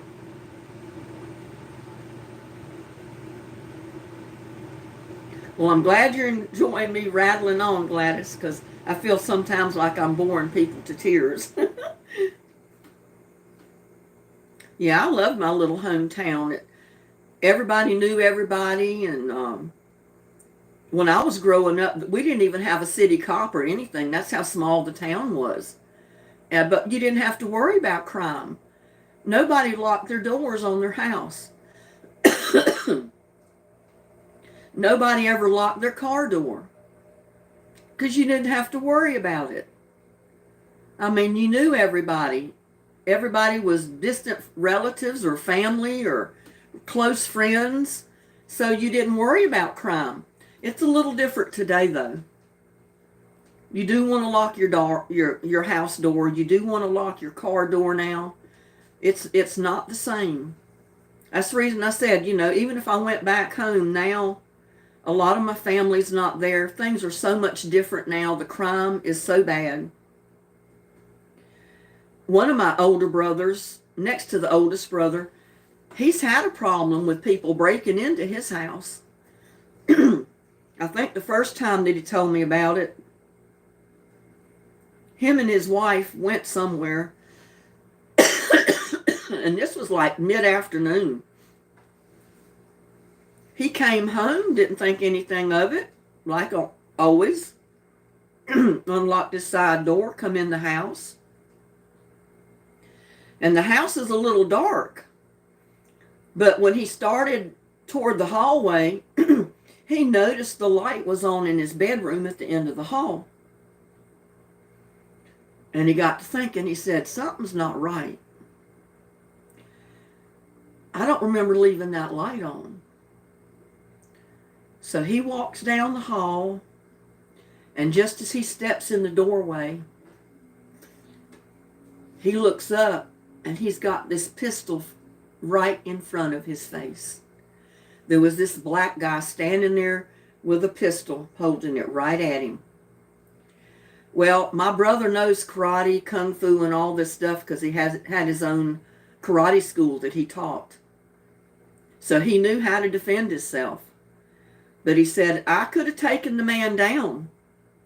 But he said, with having that pistol right that close to his head, he said, if I'd have grabbed him, he may have accidentally pulled that trigger and shot me in the head. And he said, I wasn't going to take the chance. So he said, he stepped aside. He said, I just stepped aside and did my hand like that and told him just like to go ahead and pass. And evidently he understood what he was trying to tell him. And the guy lowered the pistol and stepped around him and went on down the hall and ran out of the house. And then another time he came home, and see, he didn't have any proof that the guy was there. He didn't have any witnesses. He didn't have security cameras up. There was another time he came home. Almost the same thing happened, but he didn't get to the bedroom this time.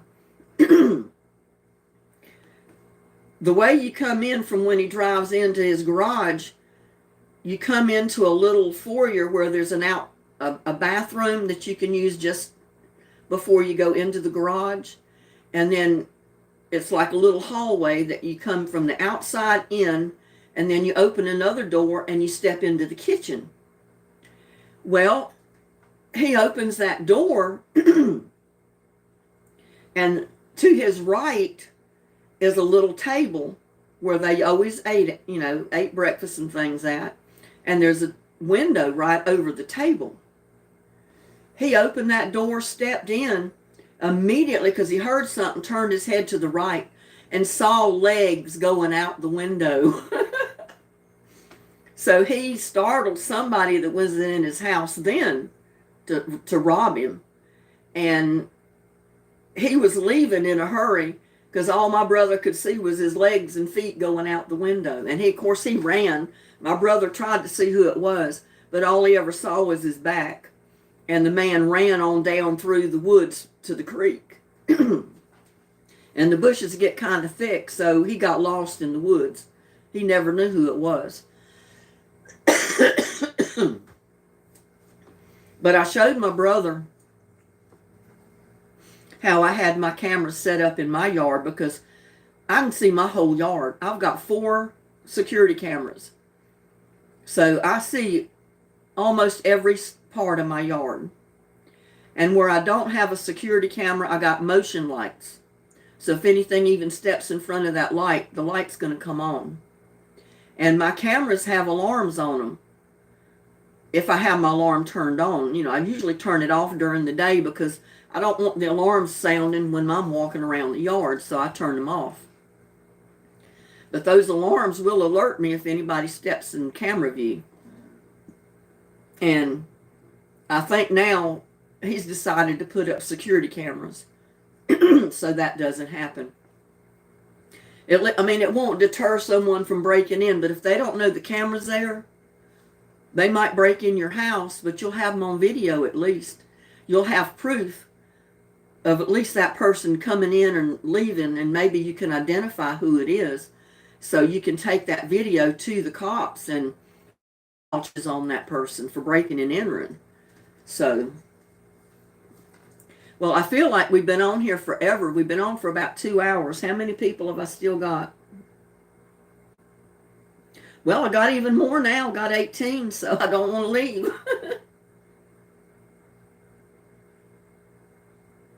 Yeah, Barb, grandson, mom is from upstate New York. Their complaint was high taxes. Yeah, everything is high in New York City. Oh my God. I was watching a video.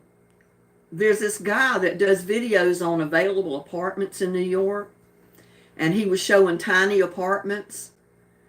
And some of them I could not believe.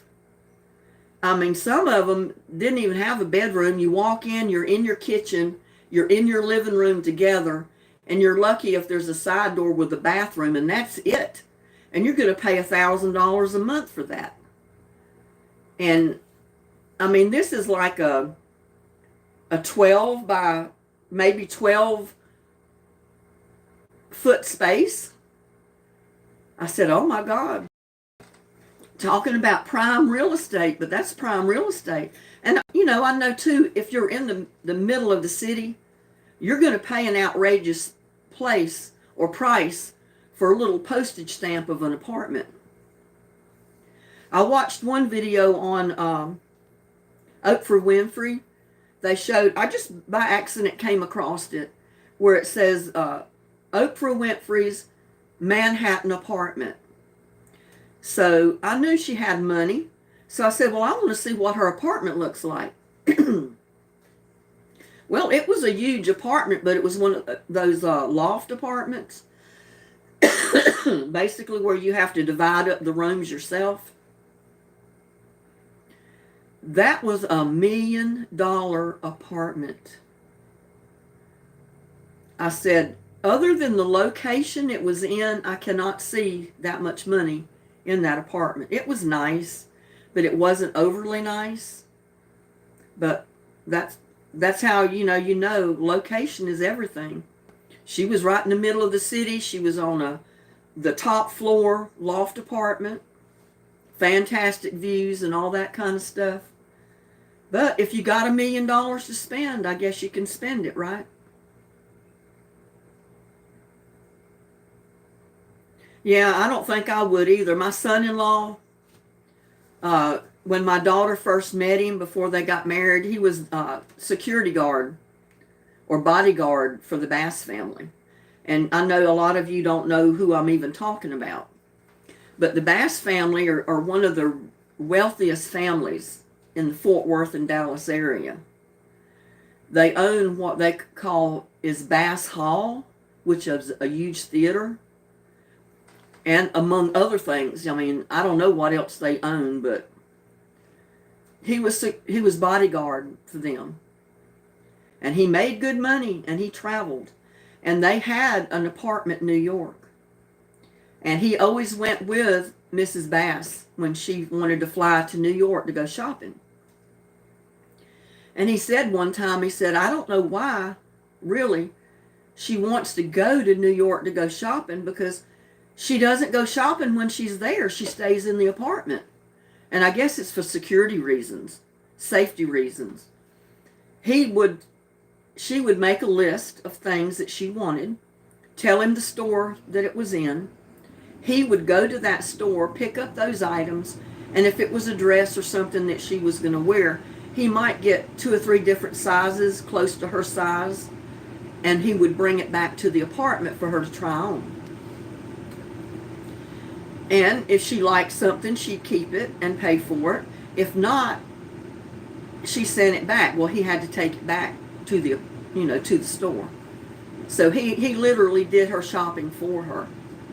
But You know, he didn't mind. He was making good money, and that was easy enough work. I wish somebody'd pay me to go shopping.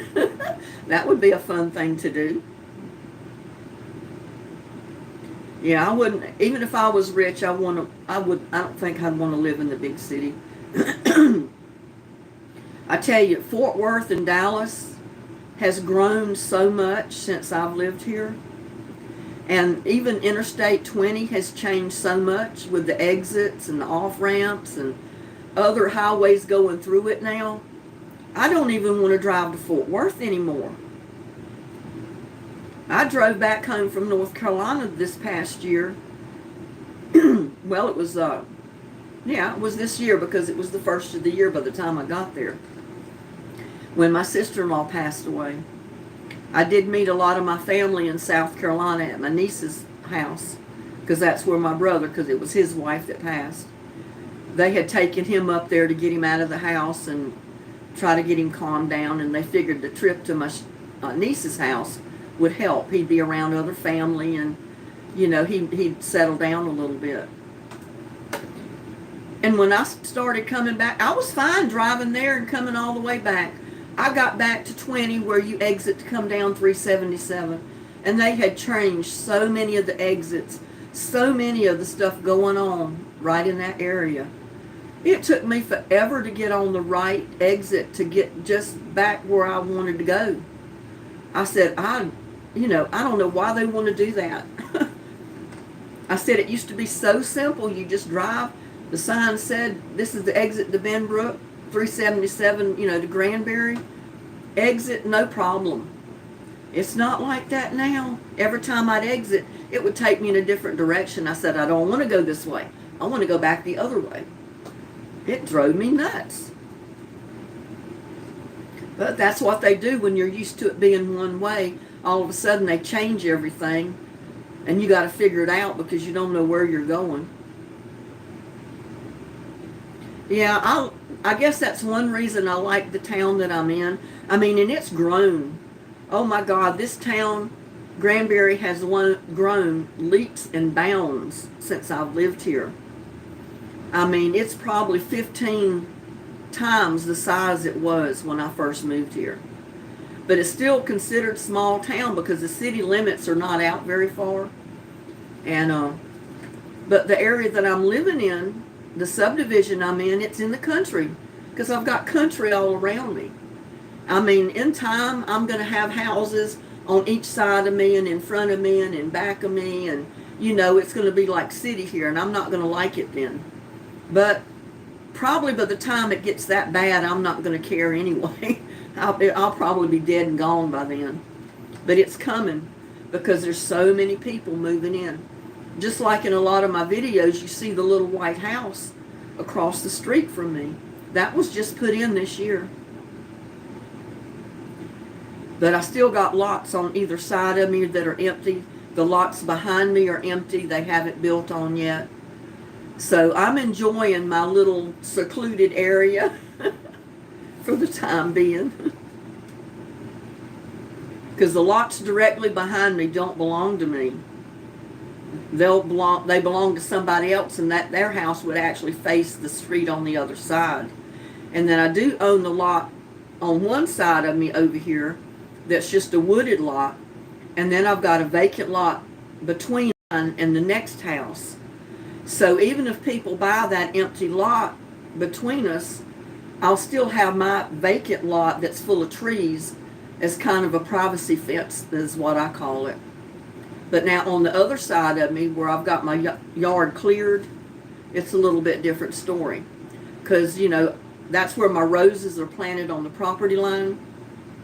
And if somebody buys that lot on that side, their lot goes right up to my rose bushes. So, when they put a house in over there, if they ever do, it'll be like they're almost in my yard. So it's going to get kind of close. Ernest T is the only bass I know. Well, I don't know. I've never tried to do it, but you could probably do a search on the internet and bring up Bass Hall in Fort Worth, Texas, or something like that. or something about Bass family in Fort Worth. It might bring something up on them, I don't know. But they're some of the wealthiest families in the Fort Worth and Dallas area.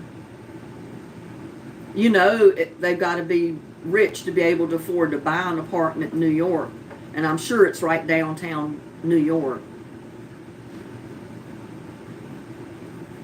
I know my brother and his wife, my oldest brother, the one that moved to Tucson, when he first got married in New York, they actually buy their apartment. I mean, he bought the apartment in this big apartment complex, and it was not cheap.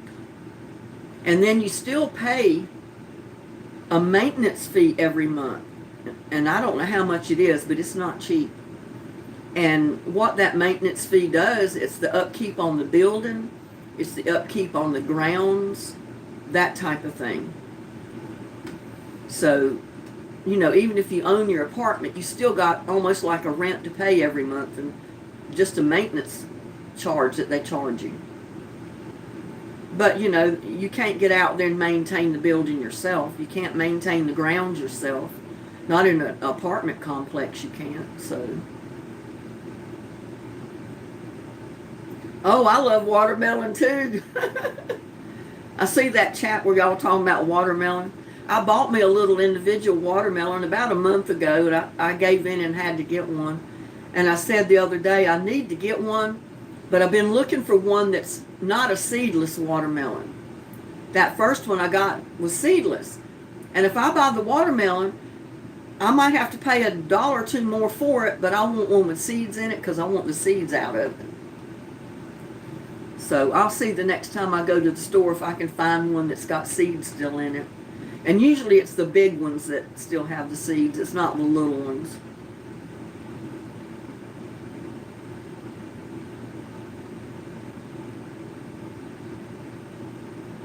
Yeah, I'd love to.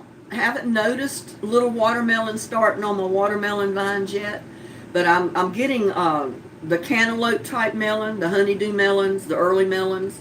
I've seen little, they're about the size of a little marble on those vines, so I should be having, you know, get that melon. I haven't noticed any watermelons yet. The vine is not mature enough, I think, to start putting out little watermelons yet.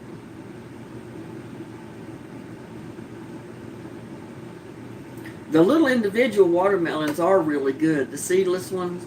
But like I said, I want to buy one because I want to get the seeds out of it. So that's what the next one I'm going to do, is buy one that's big enough I can get seeds. Because that's the one I want to plant.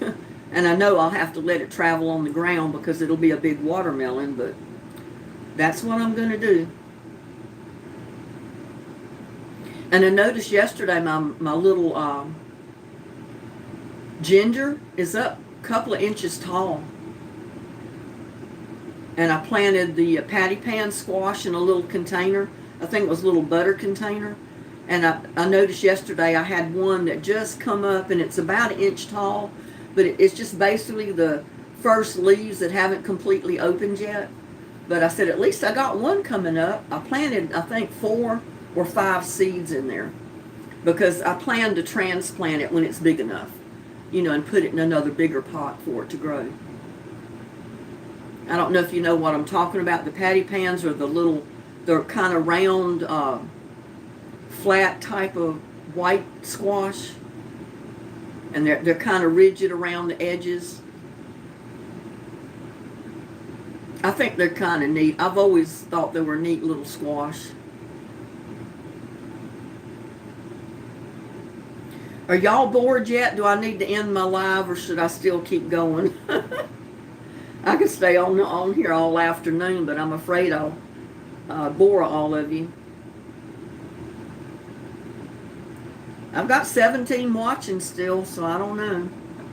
I haven't seen Bloomin' yet. She may be on somebody else's live right now.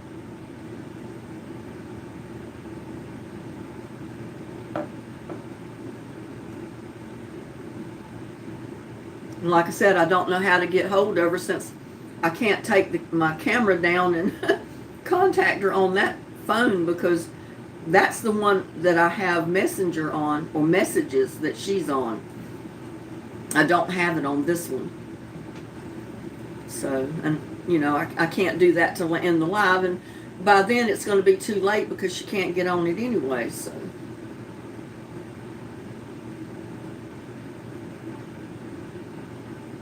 Gladys says you're still not bored. I enjoy sitting here talking with people, even though I've got to read the chat to communicate, because living by myself, I'm alone, 99% of the time. I don't usually have people coming over. I mean, my son will if he has time on the weekends sometimes, but usually he is so busy. And if he's on call that weekend, he's not driving an hour and a half to come to my house, because then he's got to drive all the way back home and then back to work if they call him in. So, and like I said, he messaged one time that he thought about coming over today to help me put my project up, but they've been calling for thunderstorms, thunder showers, and he didn't want to come over if it was going to rain. So, and I don't blame him. We can't do anything if it all of a sudden starts raining on us. Grammy J, what part of the country are you in?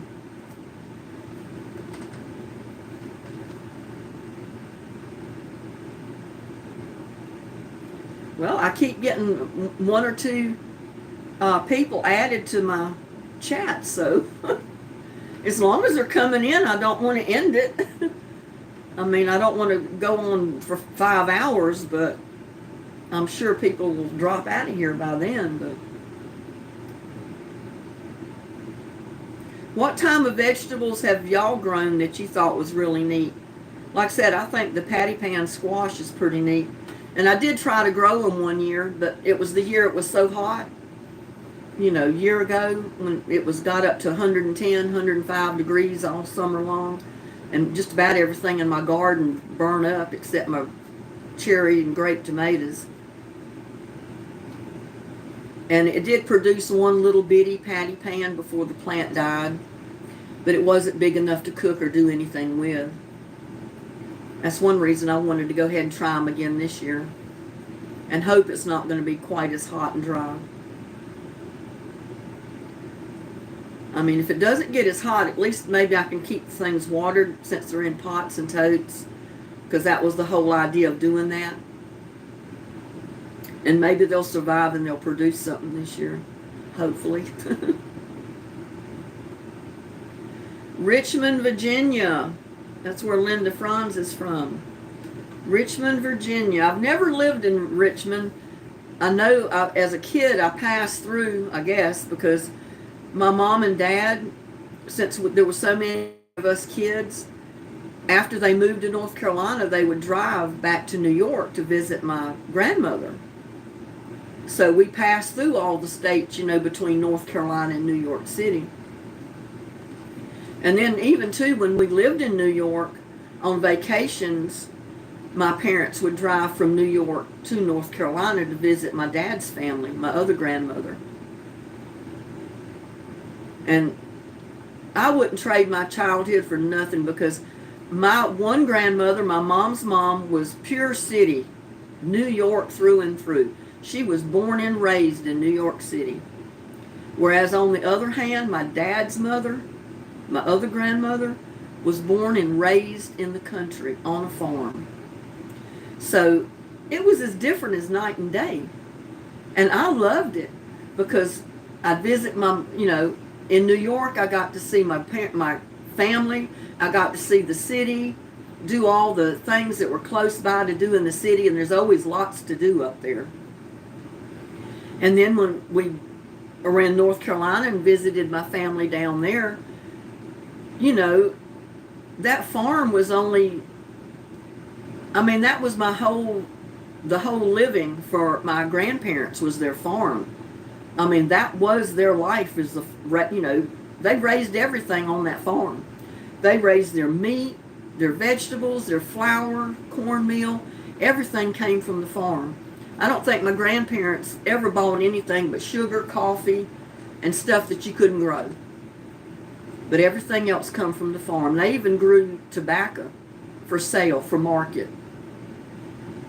So I grew up, when we lived in North Carolina as a kid, cropping tobacco, suckering tobacco, picking like strawberries, going out in strawberry fields and picking strawberries, going out in blueberry fields, picking blueberries, because you could go do that and they would pay you usually by the pound or by the little pint, how many pints you picked. And I thought it was fun. I ate more than I would turn in to get paid for, but it was fun to me as a little kid to do that. So yeah, I loved growing up, being exposed to the big city and exposed to the deep south. I loved every minute of it. Wouldn't change it. California. Granny J, California, and grew up in New Jersey. What part of California were you in, like the real hustle and bustle city part of it, or did you live kind of out in the area where you could have a big yard and stuff like that? Or because I know from a fact that from watching some videos of California, there's places where it's nothing but city, but yet you can go kind of out in the country. Not really country as I call it, but kind of like halfway.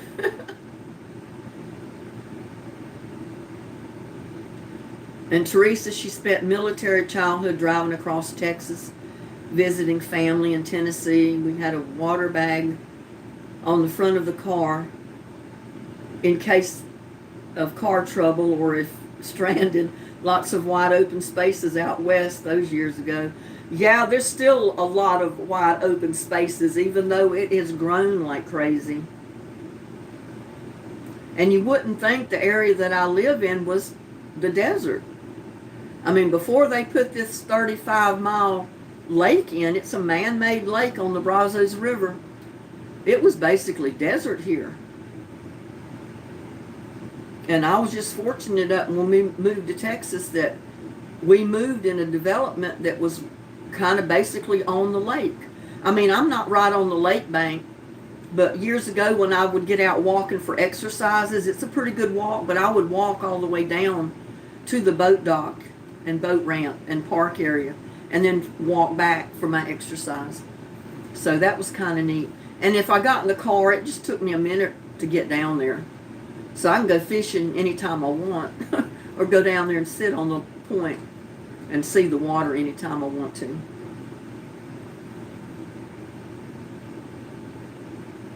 It's kind of like where I'm at. I feel like I had the best of both worlds, because where I'm at right now, I'm kind of in the country, but there are people kind of close, not right on top of me.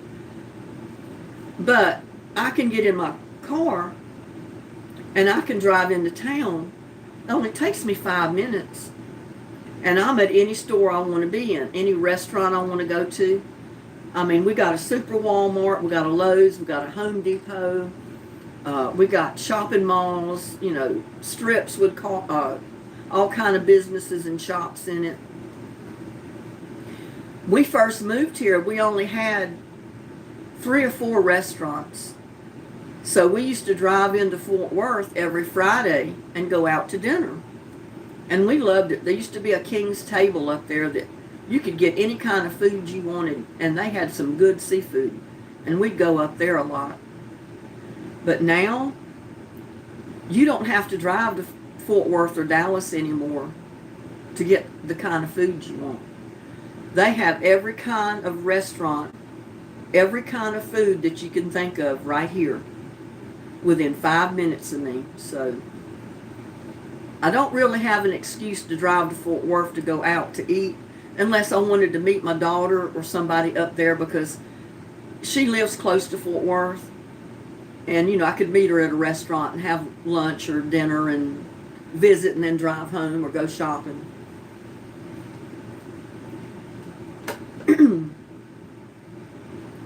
But, you know, when I first moved here years ago, which, like I said, I've lived on this lot for over 40 years. So it's home now.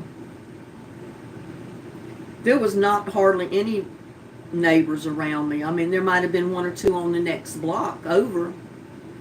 But I only had 2 other mobile homes that were on this one block that I live on, and the swimming pool at the corner down there.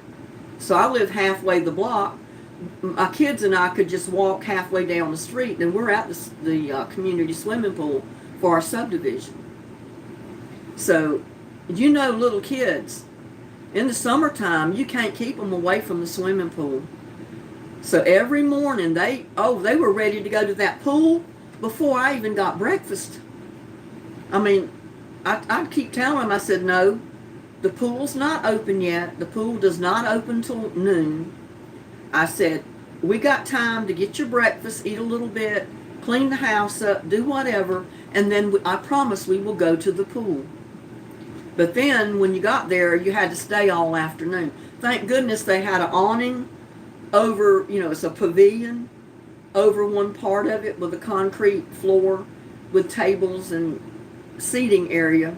So I didn't have to sit out in the sun beside the pool unless I wanted to. And the rule with our pool is you had to be over 12 years of age to go down there to swim by yourself. Otherwise, you had to have a family member with you that was over 12, or at least an adult. So it got me out of the house every day, that's for sure. Got me a good tan too, which sometimes I regret. Sometimes I think I got way too much sun years ago. I try to stay out of it as much as possible, even working in the garden now. But things have changed even out here. The pool is no longer there. We had one of the biggest swimming pools in this whole county. And it was a private pool just for the people that lived here. So you had to sign in when you went down there and prove that you were a property owner to go swimming. And you could sign guests in, but there were so many people that abused it. And the maintenance on the pool got so expensive, and they didn't want to raise our property dues. So they ended up closing it down because they told us it was going to cost $12,000 just to get the pool up and running for that one summer. And then the next summer, it was going to cost that much or more again. So we decided just forget the pool, fill it in, use it as a park, and that's what they did. Unfortunately, they took the bathrooms down because people were trying to camp down there. And there's no camping in our subdivision. People would try to come out here and camp on an empty lot or camp at the park area and then come down here to where the pool was and use the bathrooms and use the showers and that type of thing. So they finally just took out the bathrooms and everything. So it's just an open park area now. And the office, the subdivision office is down there. But there's not anyone in it during the day. There used to be, but not anymore. We've got a new set of board members, and they're with a property management company or something, and their office is out in town. It's not out here. So if you want to contact anybody, you have to call them out in town, or you have to go out into Granbury to be able to even talk to them. You don't go down here. So they do still have meetings down here at our clubhouse. And you can still rent it to have private parties, birthday parties, reunions, that type of thing. But other than that, it's basically closed during the day. Oh, Granny, you live in a smaller town between Sacramento and S. I don't know where that is, if it's San Francisco and Napa. I'm not familiar with that area. I mean, I've heard a lot about San Francisco, enough to know that I don't know if I'd want to live there. It's all up and downhill from what I see in videos and stuff, and there's a lot going on there, that's for sure. I've got an older couple that used to visit San Francisco. I don't remember where they traveled to, but they were in San Francisco, and Or I think the guy, he went there one time and he got in the wrong bar. He didn't notice that it was, well, what do you call it? Well, put it this way. He walked into this bar because he wanted to get a beer. He was not familiar with San Francisco. He was not familiar with the bars. He went into this bar. He opened the door. When he walked in and looks around, he thought to himself, oh my God, I've died and went to heaven. Look at all these beautiful women, and there's no men in here. Well, he didn't know any better. So he walked over, he said, and got him a table, ordered him a beer, got his beer delivered, and all of a sudden this beautiful woman slid in beside him, started really playing up to him and flirting with him and one thing or another. And him, like a man, he said he put his hand on her leg, and she had on this really short skirt, and he started inching his hand up her skirt. Before long, he got hold of something he didn't want to get hold of. He realized he was in the wrong bar. And you have to know him and this older couple to know how funny this was. His name was Jesse. And he said about the time he realized where he was, this other good-looking woman walked up to the table and started on him because he was flirting with his girlfriend or her girlfriend. And he said before he knew it, he was being escorted out of that bar. He said he had a good-looking woman on each, which looked like a good-looking woman on each side. They had him by the knee and by the arm.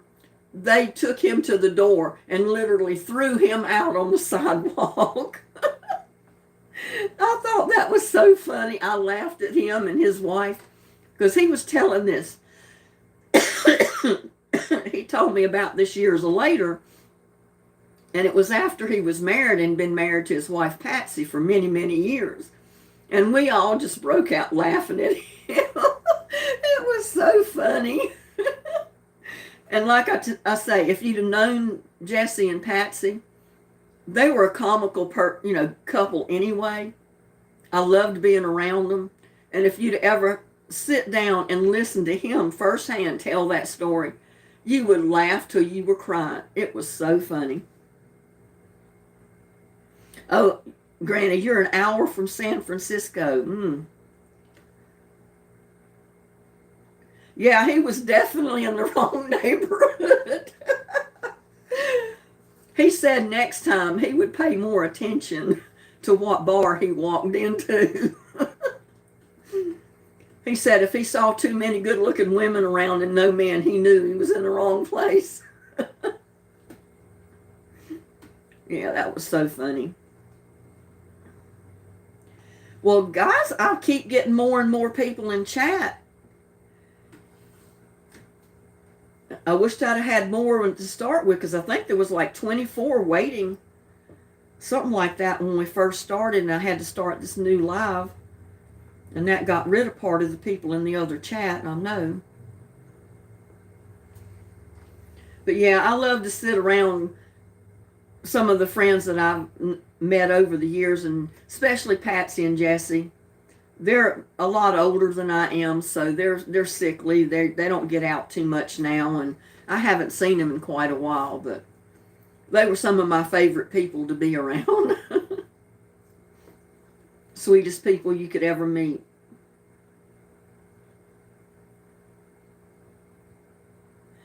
Chat's been very enjoyable. Well, I'm glad you liked it, Teresa. I think, though, I should be probably calling it to the end, though. 21, I got another person come in. Well, I don't know. We started, at 2 o'clock, and it's almost 4:30 now. So we've been going for 2 hours. I mean, it don't bother me. I'd say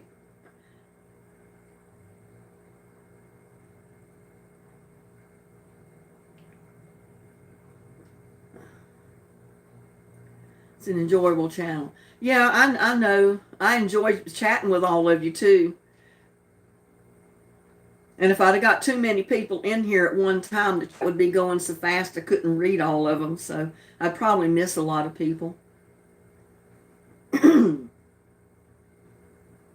Yeah, I've had some funny experiences throughout my life. I think back on it and I have to laugh. It's really funny. And I used to love to just sit around with Patsy and Jesse and listen to some of the tales they would tell about their experiences. It was really something else. Keep you in laughing, you'd laugh the whole time you were around them.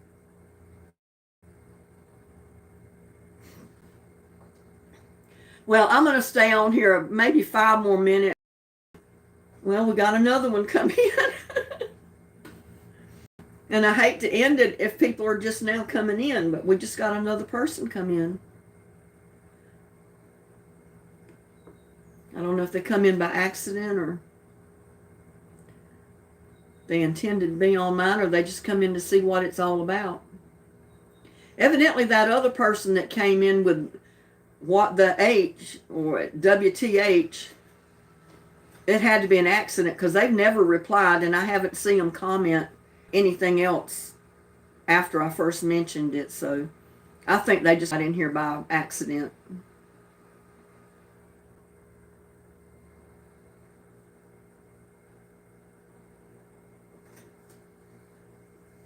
Yeah, I've not been any further west